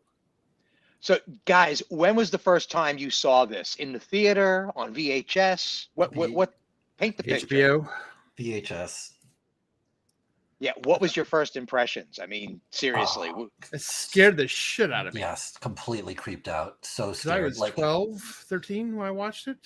Probably around the same age. Probably and 13. It was so over the top with the effect, especially the thing where the dogs was the warm up. Yeah. The big piece is when Norris, the guy in the bottom left, and the tan parka waving, has his heart attack, and the doctor's doing CPR, and it goes right through his chest, and those giant jaws chop off his arms, and then he turns into this hellacious monster thing coming out of the table. And then as they're destroying that part, his head detaches, sprouts spider legs, and starts taking off. Every scene I remember as a kid is everything Blair de Blair is talking about. Basically, every scene with the Thing.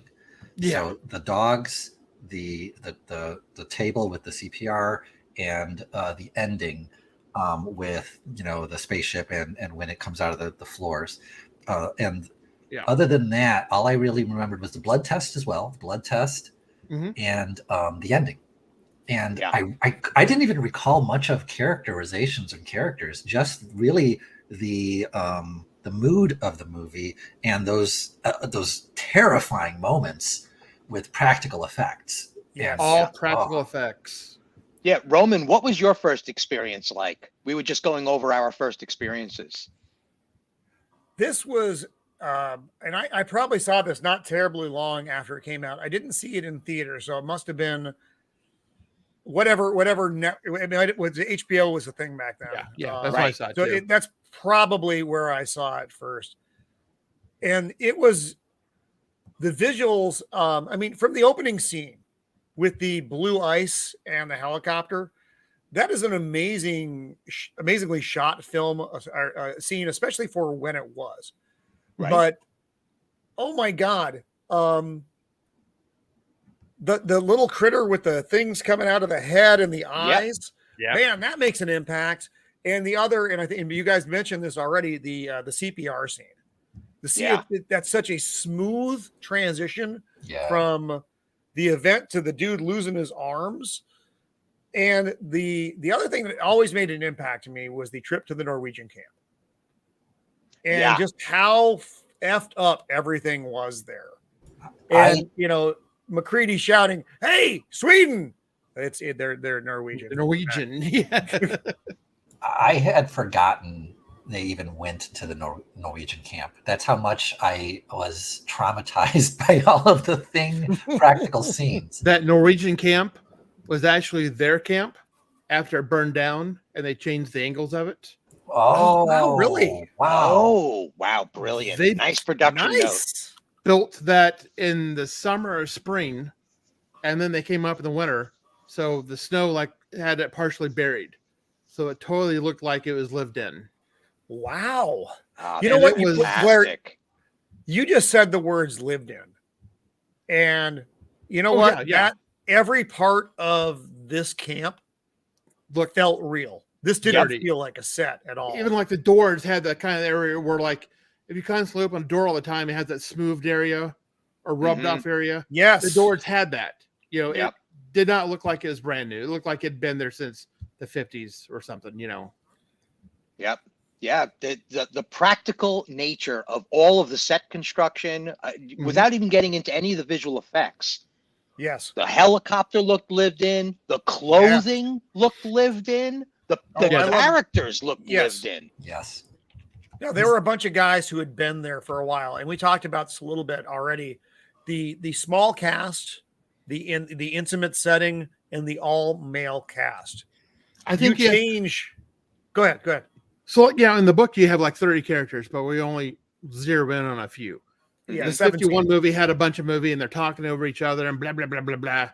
You come down here, you have to draw that cast down, and then that's where you get your real suspense. Yes. Yeah. The setting was such a character in itself in this movie. Yeah. The mood, the atmosphere, and in all the iterations of this, you're in a place on the planet where you can't just say, "Fuck this, I'm getting out of here." You have to stay there and deal with the situation. You can't run from it.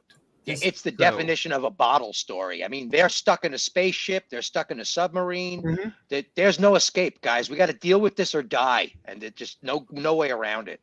This movie sets the mood instantly. I took notes for myself in this as well. And I literally had to pause it at not even the title, just when the production logo comes up, because instantly with the tones, Carpenter has those tones in there. His music. Yes. Bum, bum. And Bum, bum. it just starts right off with the spaceship coming into Earth. Yes. And you get that very surreal mood. And just right off the bat. And the other thing is what you guys were just talking about, the seriousness of the professionalism of the actors and the sets. Everything is highly professional and serious in terms of everyone's role. They all have in that intro, when we're introduced to the cast, there's not much dialogue or speaking or banter, but you can tell that everyone has established connections with each other. They all have obviously been locked away in the Antarctic for a long time.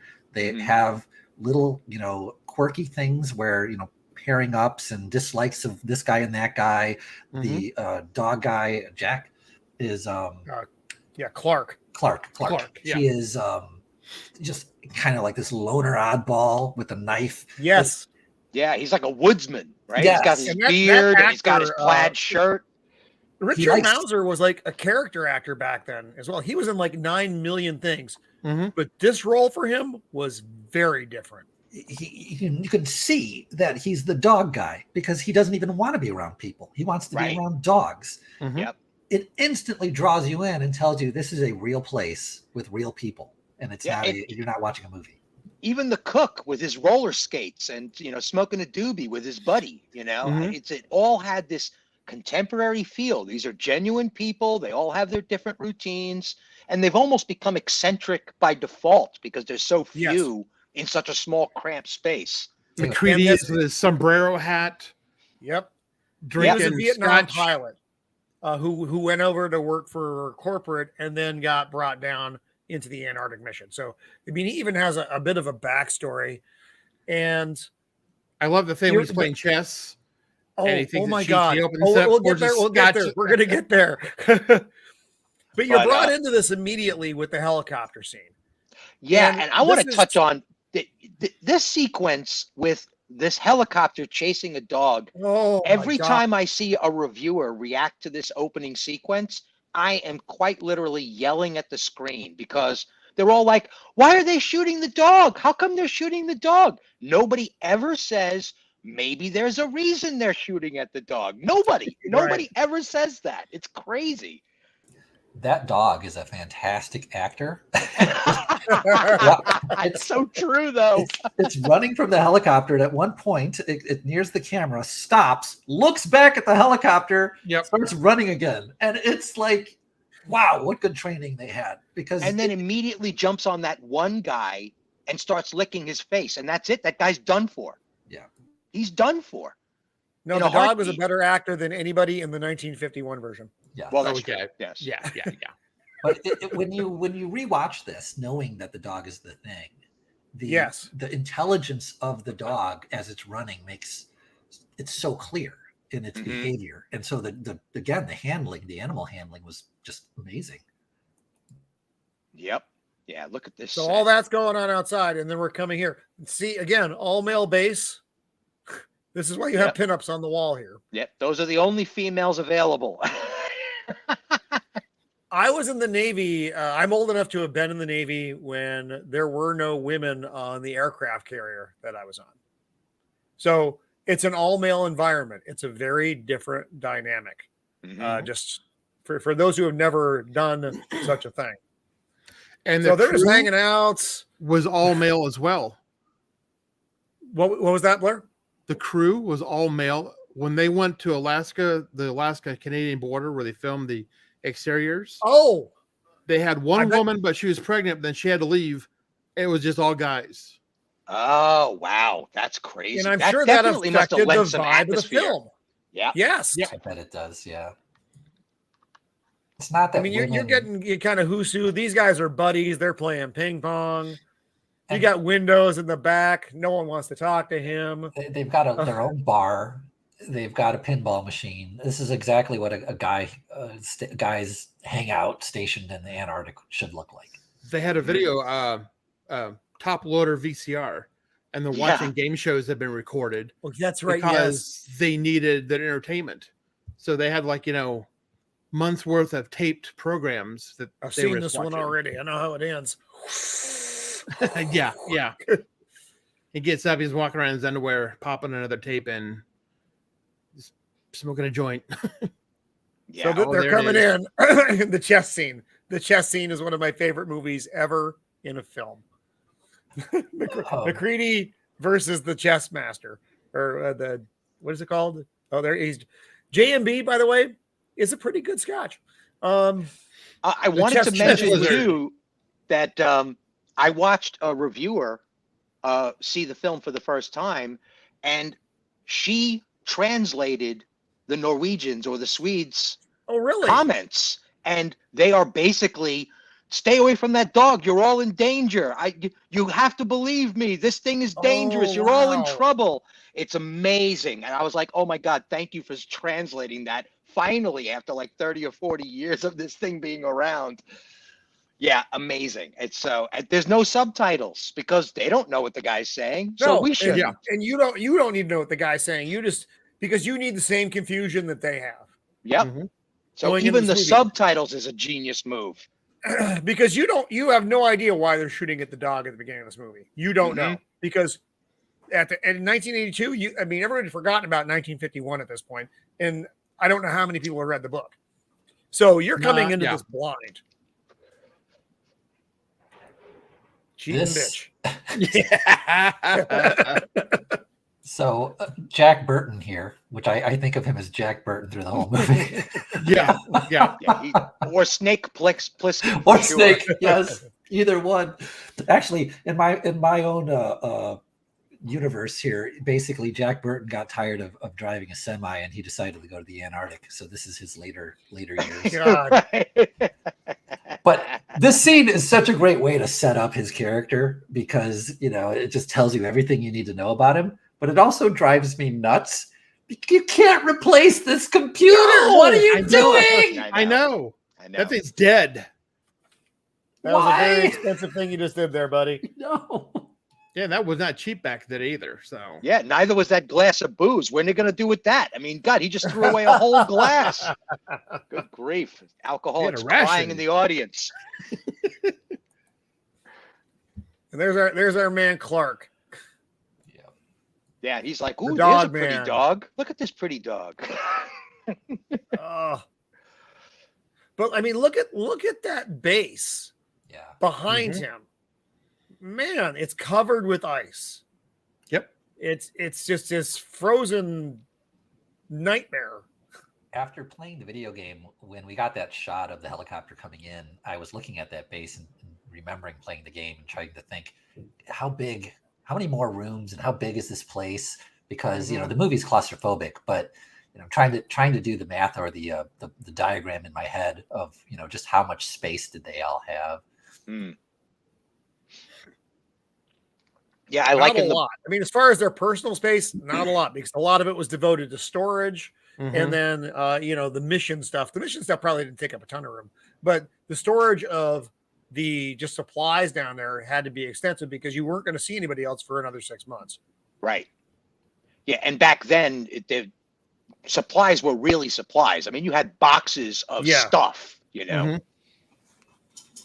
here we have bad ordnance handling from Lars. Oh God, yes. So when he's shooting out of the helicopter and throwing what are those, grenades, I guess? Yep. Yeah, it's a grenade. Oh no.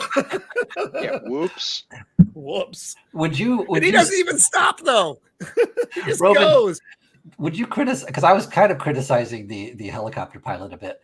Why was he flying past the dog at such high speeds instead of just hovering above it and shooting it? And These are all good questions. It's a helicopter. It's a helicopter. You can do that. Yes. It's a helicopter. You don't have to fly past. You can literally stop and just sit there, and Lars can blast away. Well, in all fairness, this is after they've basically gone through the whole movie themselves. Yes. So these guys are underfed, underslept, paranoid of each other even.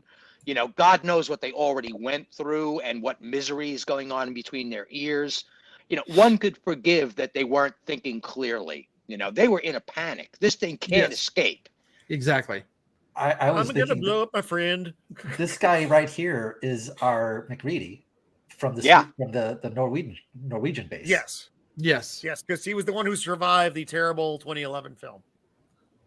Only to die in only to get shot by Gary. He was a great shot. Gary. A really good shot. You got him right in the eye, man. Right in the eye. Yep, with his pistol. And now he got shot. Yes, I got shot. It's funny though, because so Norris here does not meet his description in the 1938 novel. He is not a man of steel. Nope. He is a man of I don't know Cheetos, comfortable man of restaurants, comfortable snacking. Keith David was so good in this though. Childs, yes. Childs. Oh, yep. Badass. He was great because he and McCready obviously weren't buddies. But his actions were not always illogical. I mean, when McCready told, when things started going down initially, hey, Mac needs a flamethrower now. He goes and he does it. It's not like he doesn't do the thing. And he goes out and he checks when Blair chops up the gear and Mac says, hey, go check on the other helicopter. He goes out and he does the thing. People are, they do understand their duty. And they stick to that as best they can down here. Things, go awry pretty rapidly, but it's still that tight knit dynamic. So they kill they got the dog, and then they got the guy they just killed, and then Doc Copper was like, "Well, I want to go up to that camp," and Mac's like, "There's a storm coming in," and Gary's like, "Oh, it's no big deal. You'll be fine. Just go fly." I'm just saying, this hits. You're going to be down one helicopter pilot and one doctor. Any chime in, Daniel? he makes very competent. He always makes very competent and decisive decisions. He's always decisive. And I like this moment when they basically say it's up to you. And he is good. He's like, yeah, let's do it. Because he also realizes it's more important, but he's making the calculation. He's not just willy-nilly going to fly over there, because there's a risk in terms of how much what of a window they have. But he also realizes, no, this needs to be done. So right from the get-go, he is the most decisive leader, and it's made clear. Just like the book. Yes. They did a very good job. Not a pilot. I mean, they did change these aspects of it, but I don't think I don't think any changes they made, except for maybe that weird computer program that Blair's looking at. Not you, Blair, of course, but Blair in the film, because that wouldn't make sense. The changes they made to make it a more contemporary story, I think, were all very valid. And it is interesting that because of the time period, our hero is not a military man, not overtly a military man. He's not clean shaven. Yeah. He's not in uniform. He is basically riding on the coattails of the 1970s hippie thing. He's a man of adventure. He's exactly what I expect out of a 1970s Vietnam era helicopter pilot. Yeah, exactly. Yeah. He is. He has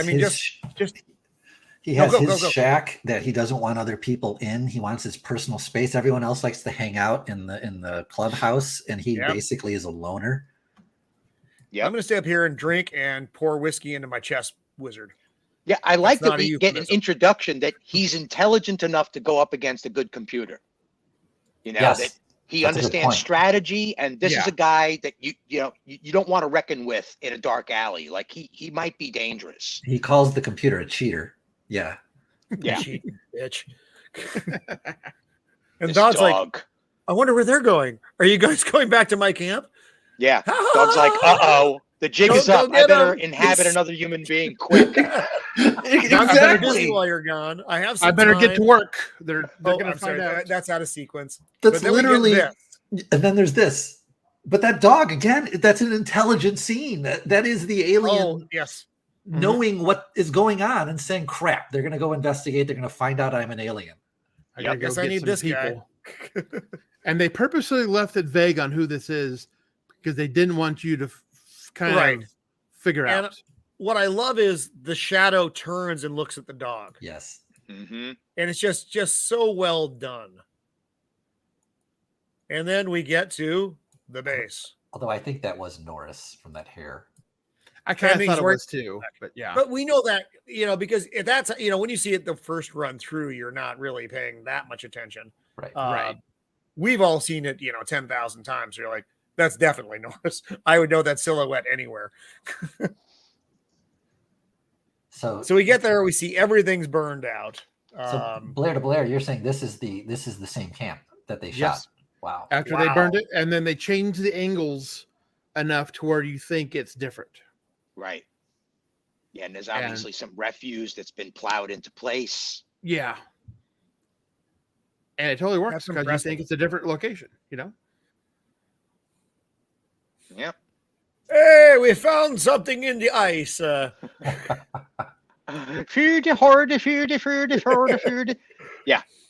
Do you think some of these scenes are callbacks to the 1951? Oh, definitely. Oh, yeah, absolutely. I felt that way with a lot of these. They find, all this kind of cache of stuff. It's like, well, this is where we are, and this is where they found something. Okay. This is the throwback scene, Daniel, that you were talking about. Yeah. Where they're making, this is the circle. The nostalgia scene to the original film, except it's done better here because we don't see it as a circle. Yeah. And then they're walking through the area and they find the block of ice. Now, I'm going to give the 2011 film a tiny amount of credit here. They reconstructed this camp immaculately. They went back through and they looked at every part of these scenes and they built this camp. Yep. It's too bad they didn't take such care in almost any other aspect of the film. But the reconstruction of the Norwegian camp was amazing. So kudos to you for that. Shame on you for everything else. But this big block of ice, when they walked in, they found something out there. Whatever it was, got out. Yeah. This was another thing I made a note to myself. So this movie is not a point of view movie in terms of MacReady being our only point of view, but it's mostly from his point of view. Mm-hmm. And so, here again, we leave the camp. And so now we're only with, these guys, and we don't know what's going on back at the camp. And we have, this point of view. Anyway, that was it. No, you're right. It's MacReady and Copper. Yeah, and so even the camera kind of hangs out with him. Yes. Because we hear people calling him from another room, and then he goes to that room, and the camera follows. Nerd Poriel's on with us. Hey, Nerd Poriel. Hey. You're right, Stephen. This is the camera follows him, but it's also kind of a untrustworthy narrator, right? Because it doesn't always stay with him; it stays around him. Mm-hmm. Yeah. I actually, and this again, we got good reconstruction of these scenes in the 2011 debacle. They did do a nice job coming back to these things. It's just like I said, it's every other part of the movie that's a problem. Oh God, the throat cut on that body, by the way, was nasty. Yes. Oh yeah, and I didn't show. It's not that I didn't want to show it. I had to go through, and I was really, unless I was taking pictures for my screen. I could have done that and I would have gotten like 9 billion pictures, but the razor cut and the frozen and on the wrist, the blood coming down the wrists, the frozen blood dripping off. It's just the imagery in this was just so well done. This is definitely John Carpenter's apex of a film, and he's done. Go ahead. But when these two are examining this gore fest, it's Stephen. It's what you're talking about with the book. These are men's men. Yes, they are not like freaking out. They're not like horrified and shocked. It's obviously shocking, but they're dealing with it incredibly well. Yeah, you can almost you look at these kinds of images. There must have been chills running down their backs, but that's never spoken of. No. They don't talk about it. They just work through it, and you can see they're hesitant. They're shocked in their body motion, but they don't behave. I could just see a modern retelling. You'd have somebody screaming their head off or something. Yeah. Oh no! What's going on? How did this happen? This is not fair. Yep. Yeah. And then they brought this thing back to the camp. That thing was. Yeah, and that's probably the closest we get to the description of the alien in the original book. This kind of twisted, angry face that has nothing but madness written across it. That's what kind of shocked me about the book. I'm like, wow, the 82 film really does pay hard tribute to that original book. And they find that body, and that body is weird and twisted and still steaming, which is a little creepy also. Mm-hmm. And they talk about how it must have got caught in mid assimilation. Right. And they stopped it because they also talk about the dogs too when they're fine. Yes. It's kind of like just like in the novel. They talk about how this is imitation dog. This is real dog. That ain't real dog. Because Blair actually does the autopsy on this body first. Yes. What we got here is a liver. It looks completely normal. He finds normal instead of internal human. organs look that was a gross as fuck scene too, because there's like gelatin all over the organ, so it's just kind of gooey coming out of the body. It's very real jelly. They had gallons of KY to make everything slimy and slick looking and keeping it from drying out. Yeah, and they attempted to use animal organs on set as props, but they were still monkeying around post Alien as to the efficacy of using actual flesh on set. So they had to abandon ship on that and go with prosthetics. Everything they did looked so good though. I can't. I have zero criticisms of any of the effects on this movie. No, probably the most near perfect on-set prosthetic work ever brought to cinema. It really is miraculous. Some of the things they achieved. Our good friend Matt's in the stream now as well. Hey, Matt, good to see you. Sorry, you got knocked out. You can do a rewatch and just kind of speed through the 1951 parts. But there's a lot of good discussion about 1938. It's a funny discussion about 1951. Mm-hmm. And now we're in 1982. This on rewatching this, when they find the body and they're examining it, it gave me a reminder of American Werewolf in London because of the stretched out limbs, and then what looks like first like a snout, but it actually is the like bisected face, which also had amazing practical effects in that transformation scene. That's another great movie. We can do a breakdown of that one. That'd be fun too. Mm-hmm. But of course we're doing three separate things here. But you're right. And that's another good effect movie.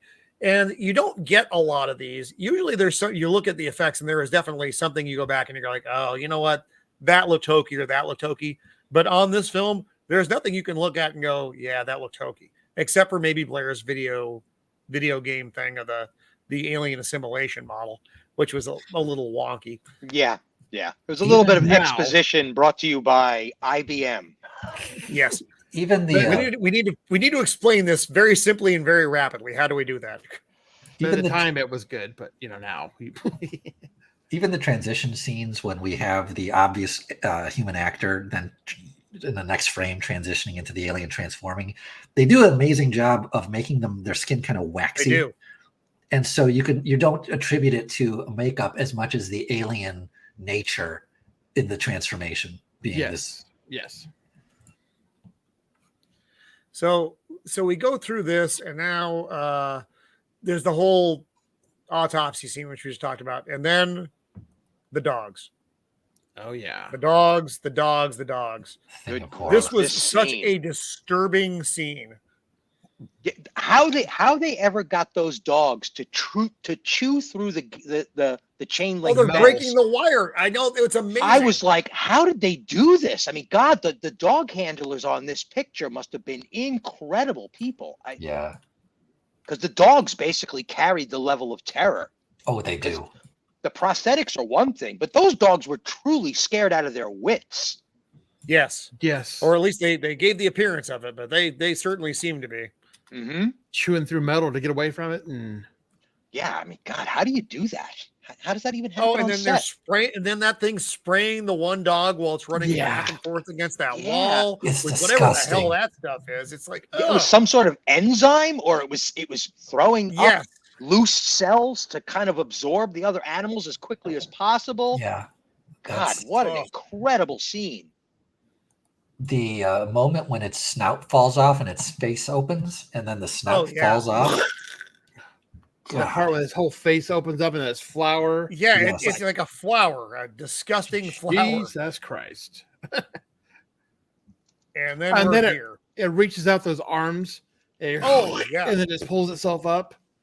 Oh, damn. Yeah, there's a lot going on there. I'm in a weird time again. I'm sorry about the time of the day, so I'll be back again here in just a sec as I try to hold the house together during.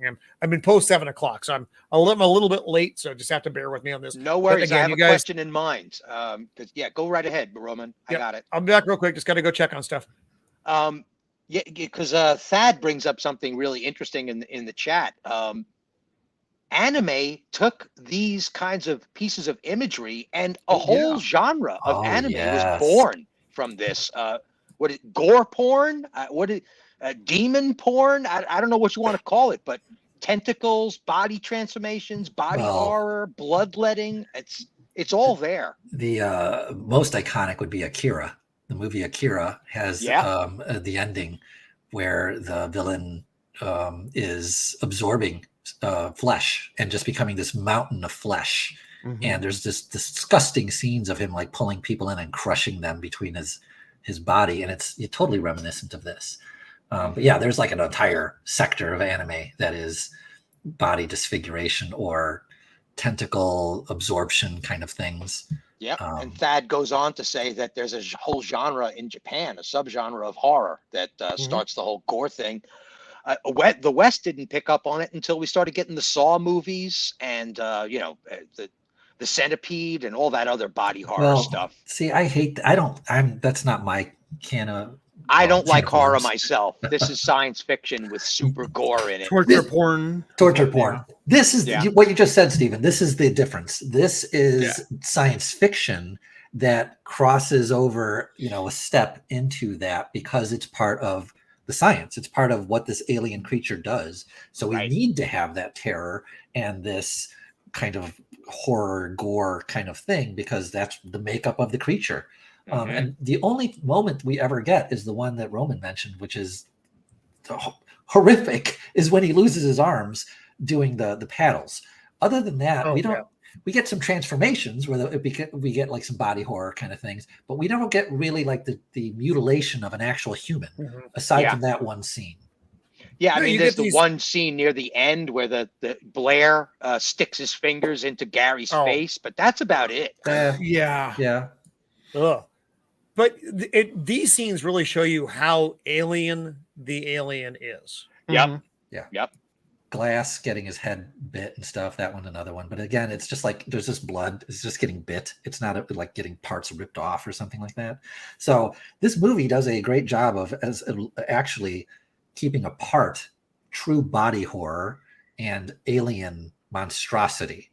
Yeah, just that one sequence where the head decides, you know what? This part of my body is going to die really soon. I need to make a quick escape. We're almost there. I love that scene so much. They go out to the God damn me. John would be putting up the I'm 1,100 years old at this point. Right. When they go to the site, so they decide, they found the map after these things have happened, and they go to the site. And you can tell. I mean, this is actually pretty well done. That's a matte painting or whatever, but it looks good. Yeah. And when you watch the movie, I mean, they're going. You have actors who are going down the ice face, to juxtapose these two positions, on the hill, and then down at the craft itself, and it carries over very well. It still holds up. Oh God, Blair. And I wanted to mention again really quick. This is why I was so shocked by the original description of the spaceship. How both films, 1951 and 1982, how both of these crafts became a flying saucer, and yet it's a sausage. It's a cigar-shaped vehicle in the original book, and there are more descriptions of cigar-shaped vehicles in the UFO lore than there are of actual discs. It is quite astonishing to me that it's just on its face. Hollywood decided aliens come in flying saucers, period, end of sentence. I took this to be another homage to the 1951. Yeah, I did too. Right. So they go to the ship, they come back, and they have some little bits of metal they brought with them. And McCready's talking about it. You see, because it's not like us. It's different. I don't know. What do you want me to say? I love that scene. But they want him to give answers, and he's like, "What? I don't know." And then what's the radio operator's name? Windows. Chariots of the Gods, man. They've been coming here for years. Oh, no, Palmer. That's that guy. Yeah, that's the guy. Nice. Yeah. That was the best line ever. Oh, the he's Incas. hilarious. I think he mentions the Incas or the Aztecs or the Mayans. Yeah, well, by the time this movie hit the movie theaters, Chariots of the Gods and the 12th Planet were on everybody's bookshelf. It was part of the conversation. And they mentioned here that they're pulling stuff out of this ice from like 100,000 years ago. Yes. So we go from 20 million to 100,000. I guess that was maybe a more realistic, easy figure for an audience to absorb than 20 million years. 20 million years, it's hard to get your head around. 100,000 years, you go, okay, I got that. Yeah. We were primitive when it was advanced. That was basically the statement. 100,000 years ago, we were cavemen, basically. Right. Which adds a nice ominous quality that this has been sitting there like a time bomb throughout all of like modern human history. Yes. Mm-hmm. Yeah, and it could have all ended way back then if the Antarctic wasn't so cold. Yep. Or it did crash there and it got to the jungle or something. Yeah, we would have Game been done over. for. So But then crazy. we get Blair's Yeah, what is this? What are we looking at here? well, dog, imitation, assimilation complete. I have no idea. I need a programmer. Thad, our good friend Matt. I need a programmer to explain how this program worked back in 1982, making strange mathematical decisions based on logic steps that I have no idea what it is. And you know what? This is actually probably the origin point of the computer tells us what's going on trope, right? In almost every science fiction now, the computer does a simulation. We get it in Spider-Man 2 or Amazing Spider-Man. It's like, how does the computer know how to extrapolate this stuff? You guys are only speculating that this is even a possibility. Where is the computer getting its information? There's no internet, right? It's not connected to any database. It's so funny. But we get this over and over again throughout the rest of sci-fi history.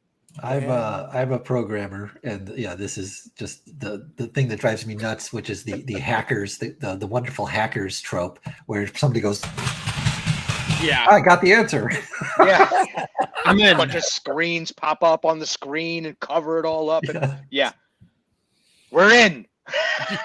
Oh, Lord. But we get a nice visual of the alien cell.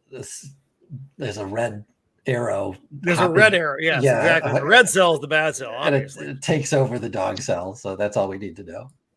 And like I said, this is my own. It's not really even a complaint. It's just this was the goofiest part of this movie was this sequence because it didn't make sense. It didn't make sense even then. Well, they didn't need it. They could have simply done this through dialogue.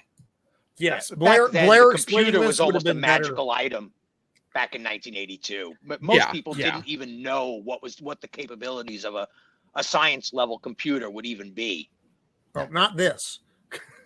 Well, the only thing I guess I'll give it some leeway is when Blair's by himself and he's using the whole trajectory, projections thing on, the 75% chance somebody's already infected, entire world will be taken over in 25 hours or whatever it was. Mm-hmm. That I guess he has to make his decisions alone in terms of him going nuts. So I'm not sure how else he would do it aside from him talking to himself or drawing on a chalkboard or something. Right. Yeah, which would also be hokey. I mean, you could almost have Doc Brown going, "I'm sorry I didn't make it to scale or paint it." Yes. Because it's almost the same thing. Really? I'm sorry, Marty. The aliens are taking over.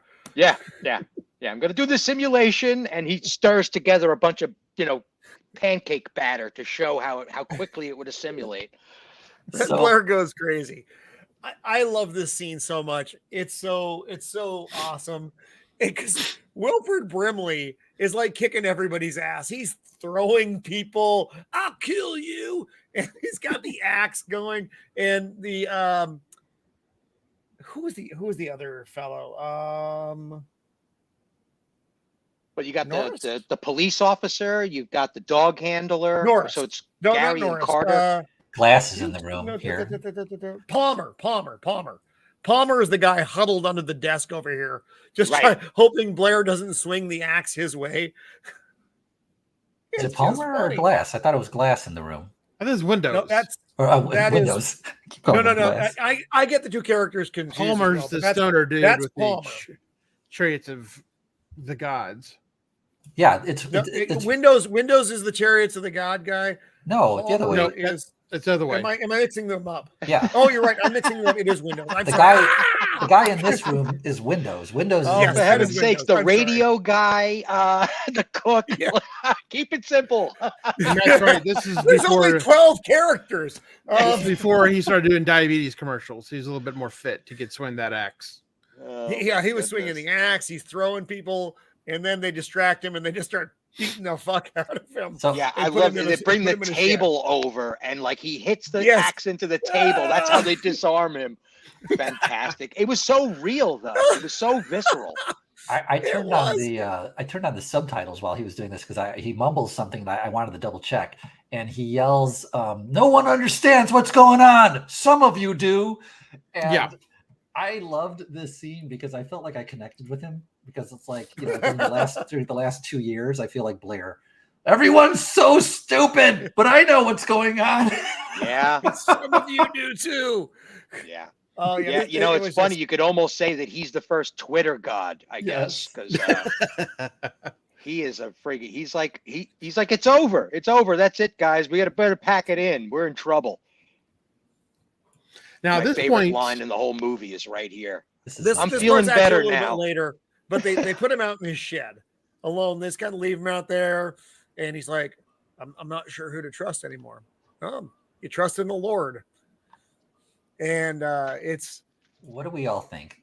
Is Blair, is it like we discussed with the book? Is he been an alien this whole time? Because that the chip had to get built over time. Yeah, I think he was. I think it was all a ruse, just like it was in the 1938 novel, so he could get isolated. I bet he got infected during the autopsy, because that thing he was putting his hand into was not dead. Oh my god! I was watching that scene again, Blair de Blair, and he's got a pencil with an eraser. It's one of those big kind of dick erasers, and he's pointing at the animal. He's touching it, and then he puts it on his mouth. I'm like, what are you doing, dude? Yeah, same reaction. He touches his lip with it. Yes, and I'm like, even if you're waving it close to that thing, that's when it happened. Oh yeah, he was not using good protocols. So he's telling them to watch Frank all the time. So he's just again playing mind games with everybody. Yeah, he's distracting them. Hey, watch this guy. Don't look at me. I'm not here in a shack. I'm not gonna hurt anybody. Look, watch him close. I'm not building a ship in the basement. No, not me. And make sure you eat your Quaker oatmeal, otherwise you're gonna get the diabetes. Meanwhile, what's his face over there who like turns around and goes, "You gotta be freaking kidding me." That guy's already an alien at that point in the story. And so his remark is ironic when he says that. And here we get the great recording scene where he's basically leaving a what if diary. Yeah, he's got to be like, you know what? We're slipping way below 50-50 on this one now. Yeah. Yep. I'm not seeing us surviving this, and maybe we shouldn't, is almost the comment. Right.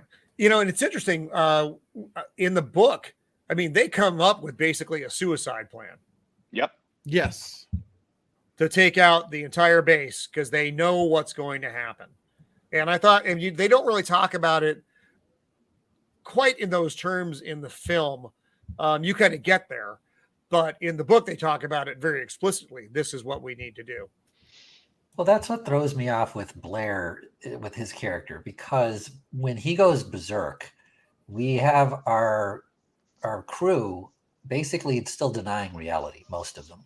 And they don't want this to be an issue. They all want to go home. And so it's very believable that Blair's going nuts because he's like, we're going to destroy the world. So this is what throws me off about not being completely sure when he's actually converted. And McCready here is actually come to terms with things, with reality, but he wasn't on board with that either at first. It took him a bit before he was going to face of just settling into. Yeah, I don't think any of us are getting out of this. Yeah. And our good friend Matt brings up the soundtrack of this movie. So I'd forgotten. Ennio Morricone did, of course, he's the good, the bad, and the ugly, all the spaghetti westerns, which we all love, as well as the Untouchables. And he did a lot of the soundtrack on this. But the theme that you are used to is John Carpenter. That opening, bum bum, bum bum bum bum. That's John Carpenter. Just to talk about the sound real quick, when they are exploring the Norwegian base and it's so quiet, you get this wonderful howling wind sound along with that, and it's just the mood is so perfect. No, and the I think the soundtrack for the film as well, it was atmospheric. It was in the background, but it was also very memorable. A lot of times you lose the music in a soundtrack. It just becomes okay. It's literally the background music, but this one has a very definite impact. The themes that play out, and if you look at the titles of these songs, they're all. I'm challenging you. Look on Spotify and look at the titles of the songs associated with the soundtrack. They're all horrible. There isn't like a cheery one on there. Hey, Salty, how you doing? Sorry, you and I had a scheduling conflict. I blame myself. This is one of the best horror movies ever made. Actually, I'm going to blame John because he's not here tonight. But yes, this is one of my top 5 just movies in general. Yeah, and I just wanted to mention while we were still on the music that John Carpenter is currently making almost as much money as he did at the height of his career, touring the world, doing live plays of his original soundtracks. Oh my God. That's what he's currently doing, is with a band. That would be way more fun than any of my normal Friday evenings. And supposedly it's impossible to get tickets. Like they get sold out immediately. That's a man who's living his dream. Right? Could you imagine? He weighs 45 pounds, smokes pot every night. He's doing fine. Oh, here we are. Oh, God. Oh, God. Look at that face. How he looks. It's him. It's not even a dummy. So yeah, he's underneath the table for sure. Before this scene happens, they want to take Gary's gun away from him, and they want to give it to Norris, and Norris refuses it. There was some speculation that Norris was still in the process of being converted, and there was enough of him left to know that he did want the gun. Well, when he's looking out the window, he starts getting like his seizures. Yeah, he's having a heart attack. He feels like he's having a heart attack. Yeah. And this is where it kicks off. Holy shit. Oh. This actor actually was a double amputee and then made fake hands. So that clamps down. Though that's like a real dude holding his fake hands in there. Oh, and then when he holds it up and does this, that's why his face looks weird, because it's like a mask. Got it. Oh wow, I didn't know that. Ooh. Yeah, this because you didn't expect this. And this wasn't like a jump horror, jump scare thing. This was a holy shit, scare thing. And then it ratchets up a few seconds later. It's like his chest caves in, then there's a pause, then the teeth close on his arms, then there's another pause. This is like insane. And then things go just weird. And when the head is coming off, that scene where the head is sliding off the table and all the stuff is popping in the neck, it is just so good. And that's more of the organism survival mechanic kicking in. Mm-hmm. Yes. And that's where McCready gets the idea for the blood test, is that seeing what happened to Norris and every piece of it coming off and being separate, he realizes it's not just one organism.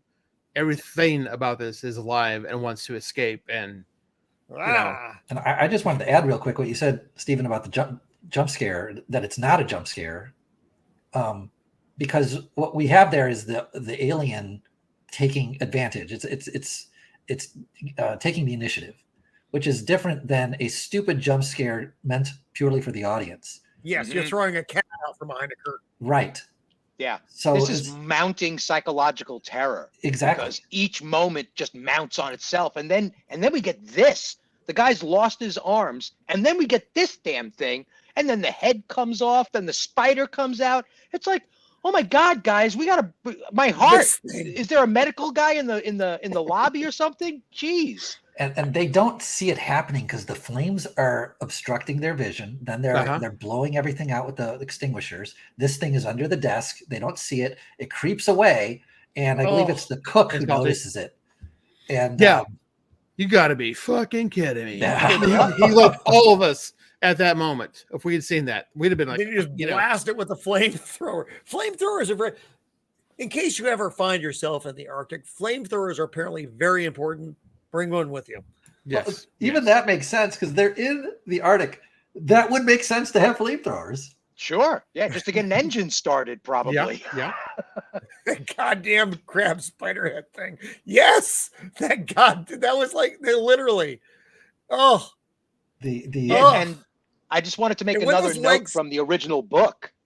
They had the flamethrowers in the original book, and yes, they did. in Alien, they actually deal with the alien with a temperature variant. That was how they combated the alien in the original 79 picture. Flamethrower, homemade flamethrower they made up. Yep. So this movie, this story is so ahead of its time. I highly recommend the original material. 1938.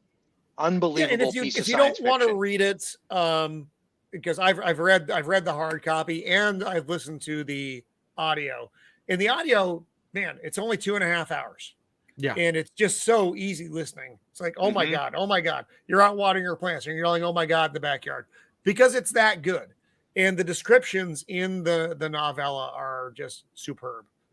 But when that motherfucker sprouted those legs out of the head, that was one of the creepiest things I'd ever seen. I was like 13 when I saw that.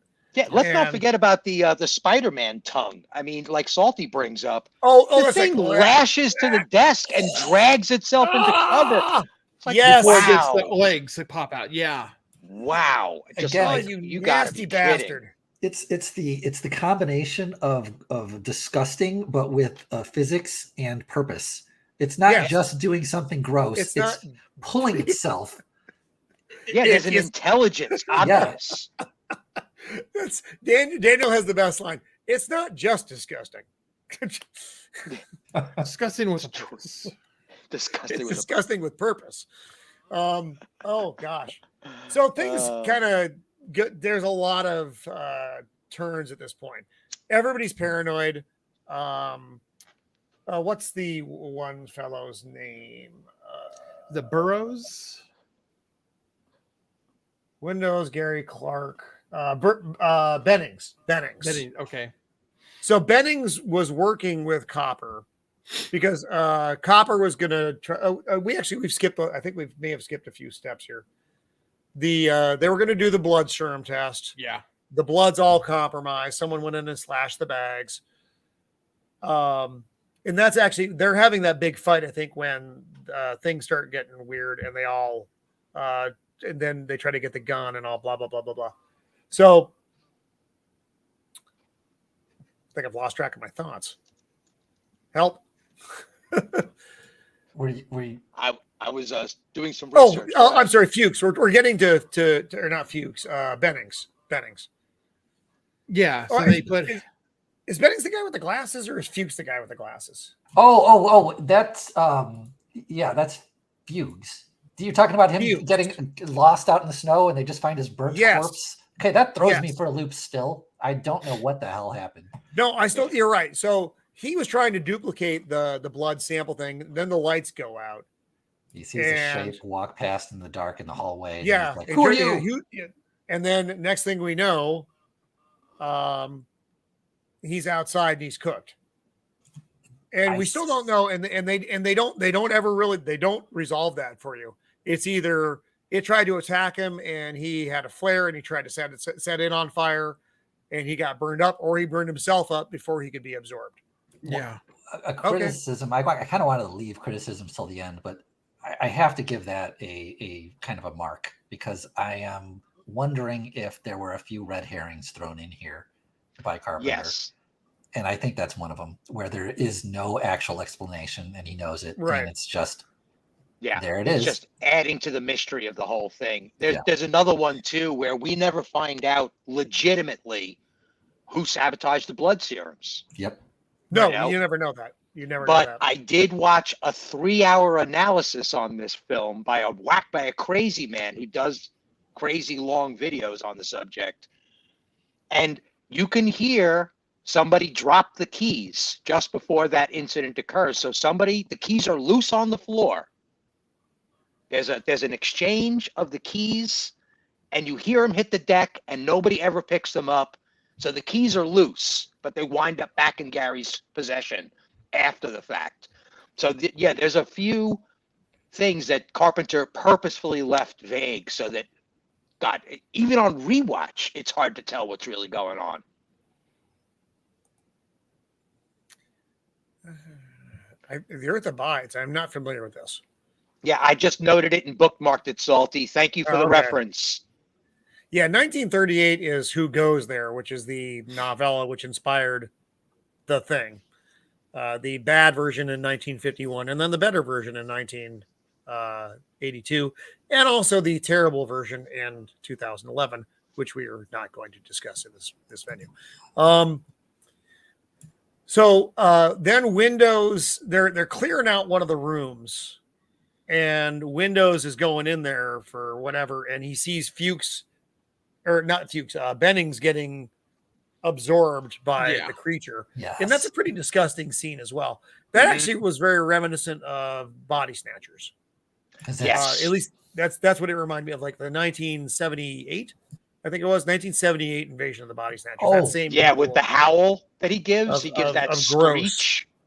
And then they go outside. He's put his clothes on, but he's not fully transformed, and he's got these maws that are just alien as all hell. Yeah, they caught him.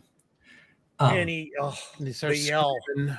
That, by the way, just before this, when you were talking about him coming back into the room, Windows coming back into the room and finding him, that was another scene, I believe, a callback to the 1951, because we get the table with the tarp over it and the blood dripping down, just like we had the ice melting into water. I think it was another callback. Yeah.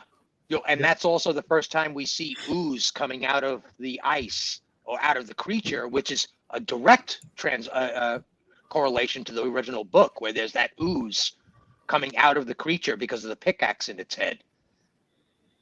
And this is why they figure out when they burn them, they're not really dead. They're just hibernated or stunned. Yeah. And then they realize they got to burn everything to the crisp to get rid of it. Yep. So crazy. God, that fire must have burnt a friggin' 20-foot hole in the friggin' ice. Oh, and this is another great scene with McCready, because he's again man of action. He just kicks over a barrel of gasoline and just boom, get it done right there. He's not somebody to talk about it. He just does what needs to be done.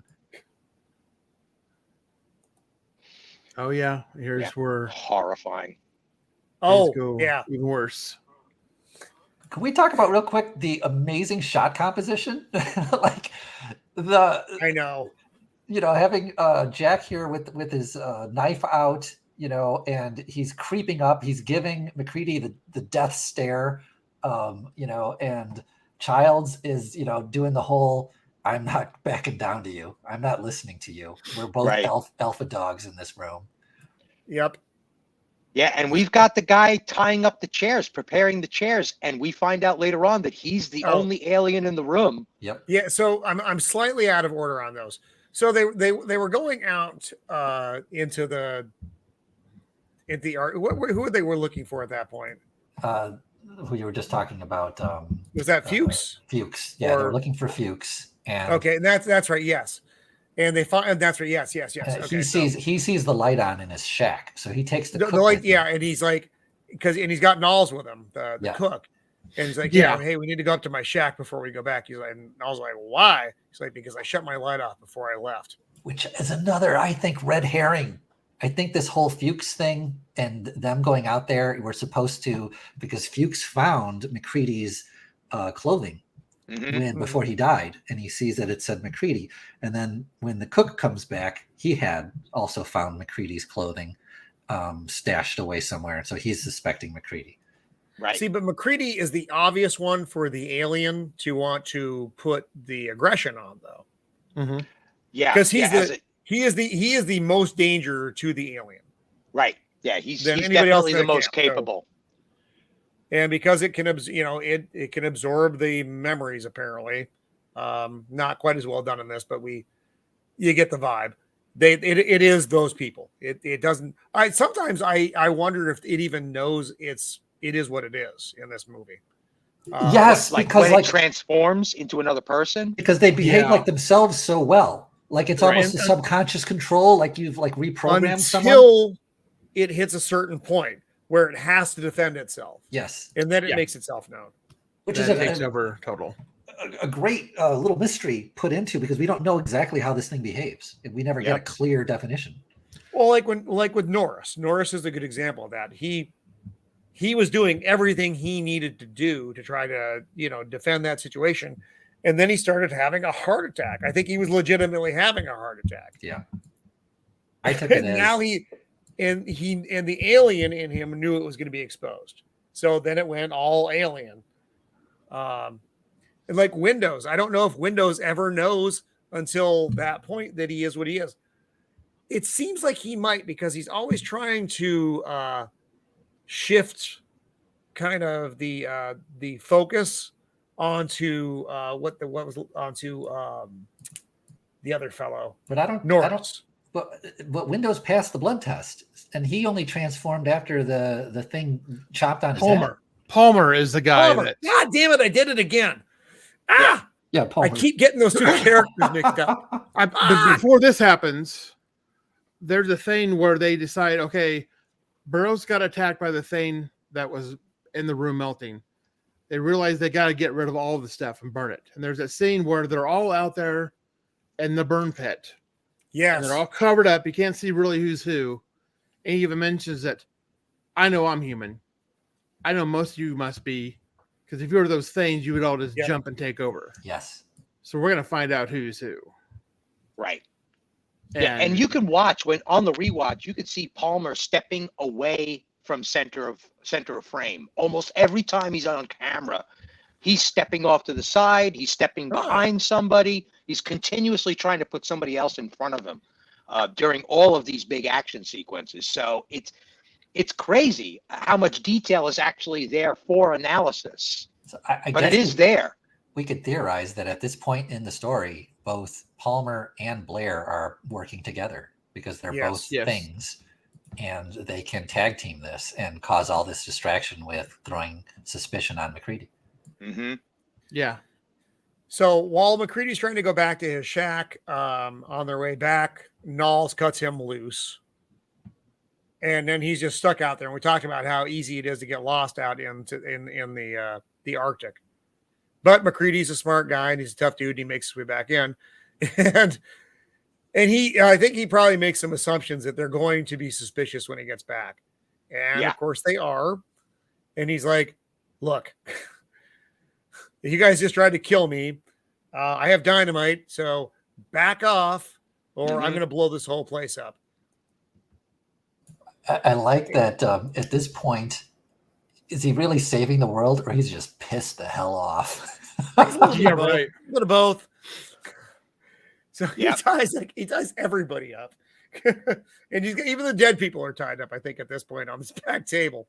Yep. And he comes up with the same way to figure out who's who that he came up with in the book. Each part of the thing is a thing. He gets, that's how he got the idea, was the way it's separated. And this, man, the cuts in this scene are disgusting. With the scalpel into the thumb, it looks like it hurts a lot. Those look like deep cuts. The kind of cuts that are going to stick with you for a little while. When I saw this as a kid, I was wondering, why do they have to cut the tips of their fingers so deep? Couldn't you make a cut up on your hand, or somewhere else where it wouldn't hurt so much? They feel like it's like right in the thumb. Oh, and I think he does like, and it's like not, he does everybody, and then he gets to our buddy Palmer here. Palmer, not Windows. This poor guy down here is Windows. He's innocent in this. I've been blaming him all night. I get those two mixed up. They're very similar. They killed the Clark, the dark catcher. And they find out he's not the thing. Then it's like, I guess that makes you a murderer. You're a murderer. And then with Gary, they found out he's not the gentleman. I understand we've had a bit of a stressful situation, but why did you fucking keep me out of this? He's like fantastic. He's so mad. Yes, because he feels like he's been shit upon for like the last 24 hours. You guys have been saying I'm a thing. I'm not a thing. He had his leadership stripped away from him. Yep. And then, now he's tied up, and he's actually behaved fairly well considering. And now he's like, I am fucking done being nice. Well, there's an open speculation when they burn the first guy with his, with the claw, where he's partially transformed in the snow. It's like, if I was the Thing, would I even know? Yeah. Right. Yeah. So there's doubt about your own comprehension of the Exactly. circumstances. Because That's really cool. That's what I was. That's what I said. I don't know how much they realize it. They may not. Well, in the 1938 book, they didn't know. Right? No, they had no idea. clue. Well, until it was too late. I don't know. I guess it's for the end, but all of them could eventually become the Thing, the way I look at it, because you could have passed this blood test and still had an infection essentially, but you're not converted yet. Right. And you're like, 1% Thing, but you're going to become 100%. Yeah. One could even go so far as to say that the Thing understands the blood test after the first accident. And it's just like, you know what? I'm not going to flinch. I'm going to tell my cells not to flinch this time because I need to survive this. So there's even that. I don't think any of them the premise for the test is that it can't control it. Right. Which is, I mean, it's supposed to be the flinch response. Right. Yeah, it just can't. The cells on their own can't control. They're going to do what they're going to do to defend themselves. So they go up and visit Blair's cabin. Of course, Blair's been busy because he's been by himself for a lot of time, and he's building. We don't even know what kind of craft this is. In the novella, of course, it was the hover, anti-grav thing, and so we assume this is a spacecraft or something similar. Now that I know about the anti-grav novella, this scene has so much more impact. But when I was a kid, this was kind of comical to me. I'm like, oh, he's building a little cute spaceship. Yeah, right. But if you're looking at it as a just to get off the island thing, it's a lot different. Yeah. Oh, we missed the part where when Palmer has his blood test and fails. Oh yeah. And you see the face of him. He knows it's about to happen. He's about to be outed. And he starts to, and then he just does that horrific thing. And Windows can't. McCready drops his flamethrower and he can't get it to ignite. So Windows tries to step up, and he just shits himself and stands there. And he splits his head open and grabs him. And and that's great stuff. That thing's just waving around, and then he finally gets the flamethrower going, and he burns him, and that thing is still going after it's burned. Yeah. And then Windows starts to come around, and he starts gurgling because he's being because he's transforming now. Yeah, and they burn him. But Matt makes a good point there, where this thing could have put itself into all the food, all the water, all the medicine. Mm-hmm.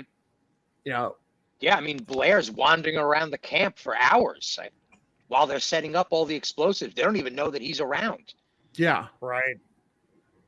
So, he could just smear a little blood all over the camp. Who cares, right? God, the proper sequel to this movie is the future expedition team showing up there and getting contaminated all over again. Yeah. And there's like a little booby traps laid for them, Yep. Little cells. Said earlier to not, that they need to prepare their own meals and eat out of cans. Yes, exactly. And Blair in the novel mentioned that too. Yes. Yeah. Yep. I'm cooking my own meals. You're not touching my shit. Oh, so we get down into the under. So the we'll go back to the one picture. So what we find out is that and they go to the generator room. Just almost like the 1951 version, because they're gonna blow things up down there because they know they're gonna die. They just need to freeze it out. They need to freeze everything again. Of course, they don't take into account. You're right. The team that's gonna come back in 6 months to relieve them, and you're still gonna have kind of the same problem, even if that thing is frozen. Well, I took it as because McCready says he wants to be frozen now. Yeah, it can't get away, so now it wants to freeze again so that it's found. So I was taking it as we need to end this. And I love this part because they've all basically looked in the face of death and said, yeah, I guess this is what we're doing. And McCready mentions they need to raise the temperature around the camp. Yep. So that it can't freeze. Yeah. So they're gonna burn everything. It's gonna freeze. Well, it's Antarctica. As long it doesn't, you know what I mean? Eventually it's going to freeze. I guess it could just run out into the snow, but Yeah. I took it as McCready basically saying we need to kill it, and Yeah. we need to burn this place and kill this thing. I think Yeah, that was that's the what I would goal. I just don't think the plan was particularly well thought out because, like I said, it is Antarctica. So Yeah. this fire is going to burn for a day and then everything's going to freeze again. Yeah, I mean, unless it's it's in pretty a hopeless building on the or- face of it. Yeah, it's a It hopeless is. I mean, situation. it is. It's a last ditch. I'm doing my best here. Mhm. Please give me some kind of merit award. Because you go down, you find Blair. Blair puts his hand up Gary's face, which is disgusting. He kills Knowles like right off the bat. And then we end up with a scary composite monster. Fun fact, so you got the close up. They were going to do a stop animation of a full creature effect in that generator cavern. But it looked so jarring from this and the rest of the movie that Carpenter decided, no, we can't use it. So some of the reasons why they show so close-ups of it and it doesn't move a lot is because they were going to have the stop animation creature run around chasing. That would have been terrible. Yeah, that's why they didn't use it. Thank God they didn't do that. Is this the end? The battle. Oh, no. The Oh, battle no. is No, I have kinda- more. I have more. It's kind So of the camp's blowing up. And then we have the final scene. There's a part With where Kurt Childs Russell, he has the and dynamite. McCready. He throws it. He almost blew himself Oh yeah, up. that's right. Oh yeah. What does he say? Yeah, fuck you too. Yep. It's not a Yippee-ki-yay, particularly, he does the action man role to Yes. grab it. That actually happens a little quick. I was on the rewatch. I'm like, oh, that was not anticlimactic, but it was a little fast. The thing busts the out of thing the bursts ground. out of the floor and it's Yeah. all thingy. And he's And like, that's yeah, why- fuck you too. Throws the dynamite and gets out and everything But now, explodes. the way you explained it, Blair de Blair, it makes more sense to me because they actually did want to do more with that and have more of an action kind of sequence, but they couldn't. Because the thing had been so mobile throughout the movie, and at the very end, it turns into this big thing and it doesn't do anything. It just sits there for him to blow up. Yeah. And it just dawned on me too that this is very similar to the end of Jaws, where artifact inside Jaws's mouth. Oh my God, you're not wrong. Smile, you son of a bitch, and he fires the gun, and the creature just blows up. End of story. But Jaws doesn't take over the whole ocean like some sort of alien mutation. So this is the ambiguous ending, though. Oh Is Child's a thing? Is McCready a thing? I think that's less likely that McCready is a thing, but Child's could be.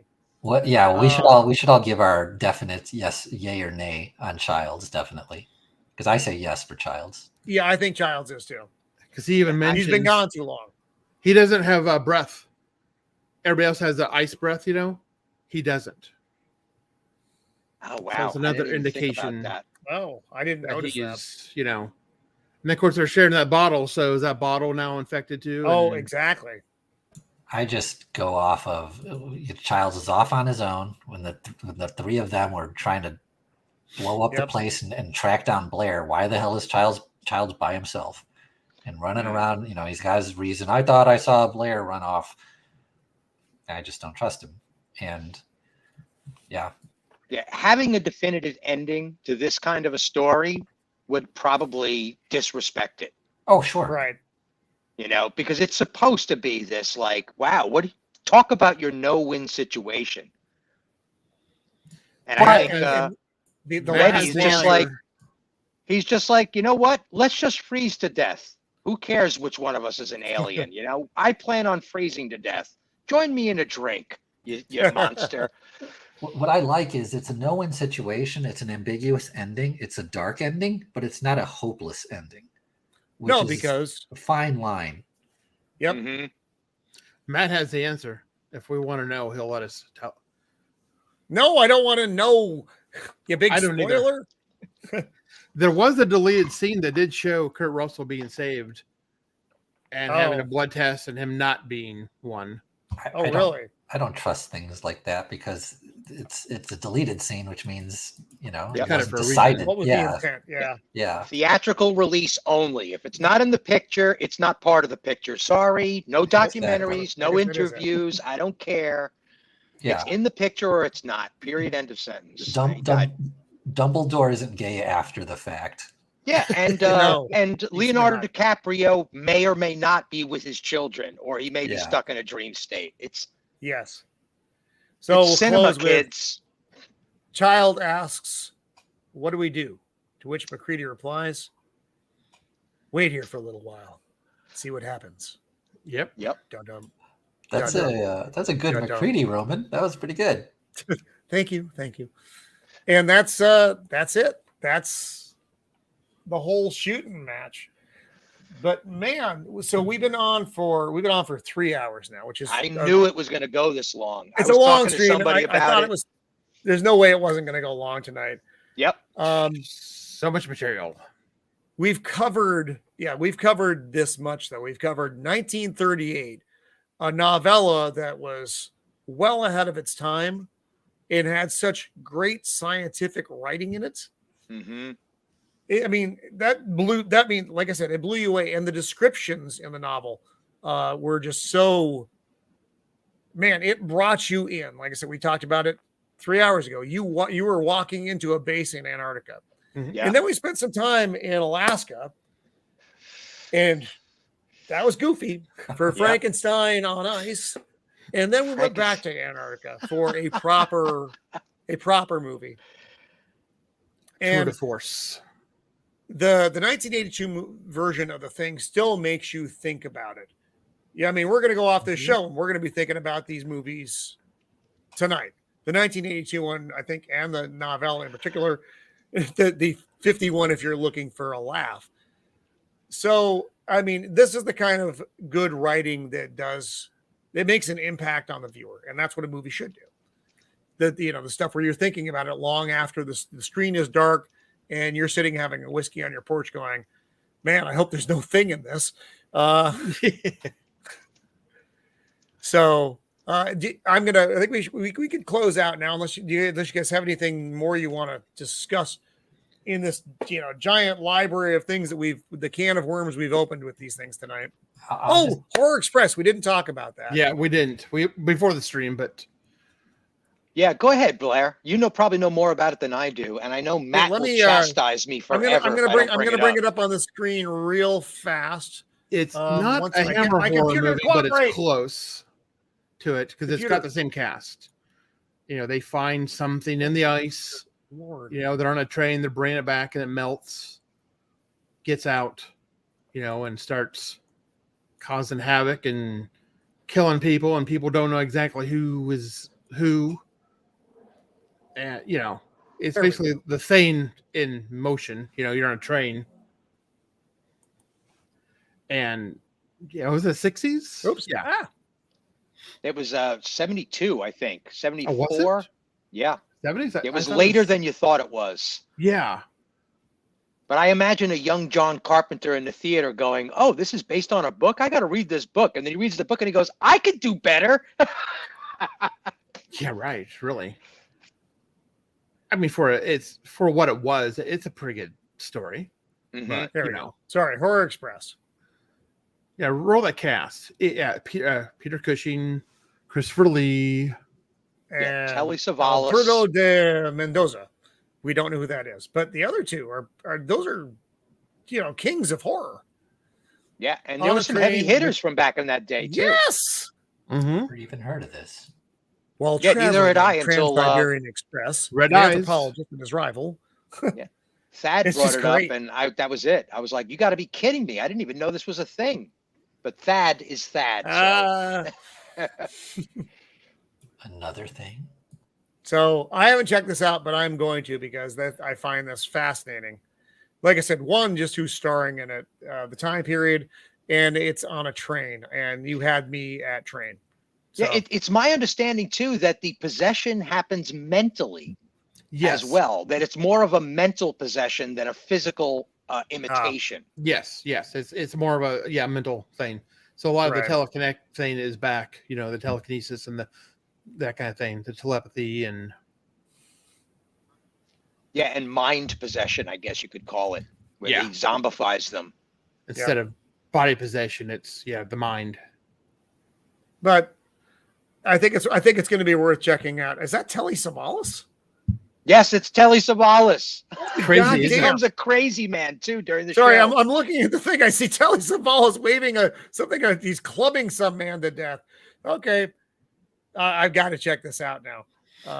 Telly Savalas is also in this. Thank you, Matt, for pointing this one out to us because I would not have known this existed. All right, so let's do a wrap up here. God, we covered a lot of material tonight. I think we've covered why it's good and why it's not, depending on which one we're talking about. If you haven't read Who Goes There by John Campbell, read that or listen to the audio. Like I said, it's on YouTube. 2.5 hours, worth your time. 1951 film, and watch it if you want to see, Frankenstein on Ice, have a laugh. 1982, if you haven't seen it, I don't know why you're here. Or why you're walking around like a normal person. You need to see that movie. What are you waiting for? So Daniel, what is closing thoughts? My number one impression, or the thing I'm most impressed with, is the better way to say it. The characters in the proper two stories always behave, or how to put it, they never behave in the way that you get upset with characters in a horror movie. Why are you going down that hallway by yourself, you moron? That kind of thing. They behave the way you would want people to behave in these situations, with intelligence and experience. Yes, they're not stupid. And they are faced with things that are out of this world. You know, as the viewer, we've seen horror movies, and we've seen aliens and all this, but they shouldn't behave like that's normal in their world. But they also don't do the stupid, tropey, nonsensical things that a lot of movies require. Yes, let's split up. Movies require these dumb decisions in order to put characters in situations so that we can get our jump scares. And this movie doesn't do that. The 82 and the story. So there is never any you're never getting upset with the characters and the plot in that way. So you're able to just disappear into or really immerse yourself in the story because of that. There's not a moment you're pulled out of either the book or the 82 film. You are in that environment. 51, I would not necessarily say that. No, not so much that one. How about you, Blair? Closing thoughts? There is another movie called The Thing that came out in 2011. It's a prequel. You can watch it if you want. It's a lot of CG effects, so, or you could totally give it a pass and just leave I like it not knowing, because when you go to the Norwegian camp, it's really eerie, like what happened. But Matt is talking about the video game that's a direct sequel to this. Play that. So if people are interested, it apparently does answer a lot of questions. So it is kind of blocky game by today's standards. But it keeps. But it was a fun. It keeps the mood is great. But it's the 1982 Thing is one of the greatest horror sci-fi movies ever made. The practical effects are just top notch. That novel, I did the Audible today, and like everyone's talked about how for 1938, 39. The amount of science they have in there and just the amount of detail and how good the story is. And of course, the 1951 is more for the laugh. They should do like a riff track version of that. I would love that. But The Thing is literally one of the best things you can watch. No, I got one in at the very end. Get it again. You got one in before we closed. Jacob I think one of the most important parts of the 82 and the novel is that the novella, it's procedural. Everybody is doing their duty. What they're doing is kind of explained, and it's not irrational. Everybody is practicing proper procedure as much as they possibly can. And that's what makes it feel even more treacherous, because they're still losing this battle the whole time. They're covering all their bases, and yet they're still losing. It's like, oh my God, this thing is really dangerous. Yeah, they're getting their asses handed to them. Yeah. It's like watching professional investigators in a whodunit, but the killer just keeps on killing more of them. Mm-hmm. Yes. Yeah. Yeah, there's some real stakes to this, because this is an alien life form that's gonna survive no matter what, and it's like 2, 3, 4, 5 steps ahead of these people. That could wipe out all life on Earth. That's the aspect of it where the alien is intelligent, and it's always got its own agenda, and it's an active character, an active driver of the story, instead of just being the monster that is around the corner. Yeah. And it slips back and forth from being a menace psychologically to being presently, visually a menace on screen. And that's a really clever part of this storyline too, because there's a part of the story where it's just paranoia. Everybody's a victim of paranoia. And then it reveals itself as an actual disaster, an actual terror. And then it slips back into psychological terror again, because it's like, oh, that's just the dogs. But no, it's not just the dogs. It's them too. And you guys are in trouble. It's like in the very beginning when he's playing chess against the computer. This entire movie is chess with the alien on one side and them on the other. Yeah, man, that's excellent first act writing right there. Yeah. Wow. Yep. Well, I think What is a classic? Steven, do you have any other closeout stuff, or are you? I think we very well covered it. And Roman, I told when you asked me if we needed anybody else for this panel, I'm like, no, we got Blair de Blair and Daniel. We're going to kick the hell out of this topic, man. Without a doubt. I mean, we got some power hitters on the bottom of this panel right here. No doubt. You guys were awesome. Thank you so much for being part of this, guys. It was long, and we like I said, there was almost a way it wasn't going to be long. So I could go a whole another hour, no problem. I know. Yeah. So thank you for enduring this tonight. You guys were awesome. You always are. You both bring so much to the panel when you're here. It's a very enjoyable experience for I hope for people who are going to do this on the review, if they're going to sit for 3 hours and watch this. And the thing, you could probably do that. I know I'm weird and I would do that. So So I had a blast. So thank you. Yes, thank you for having me on. All right, guys. So to everyone out there who hung with us for the 3 hours, and those of you who are going to watch it on the review, thank you.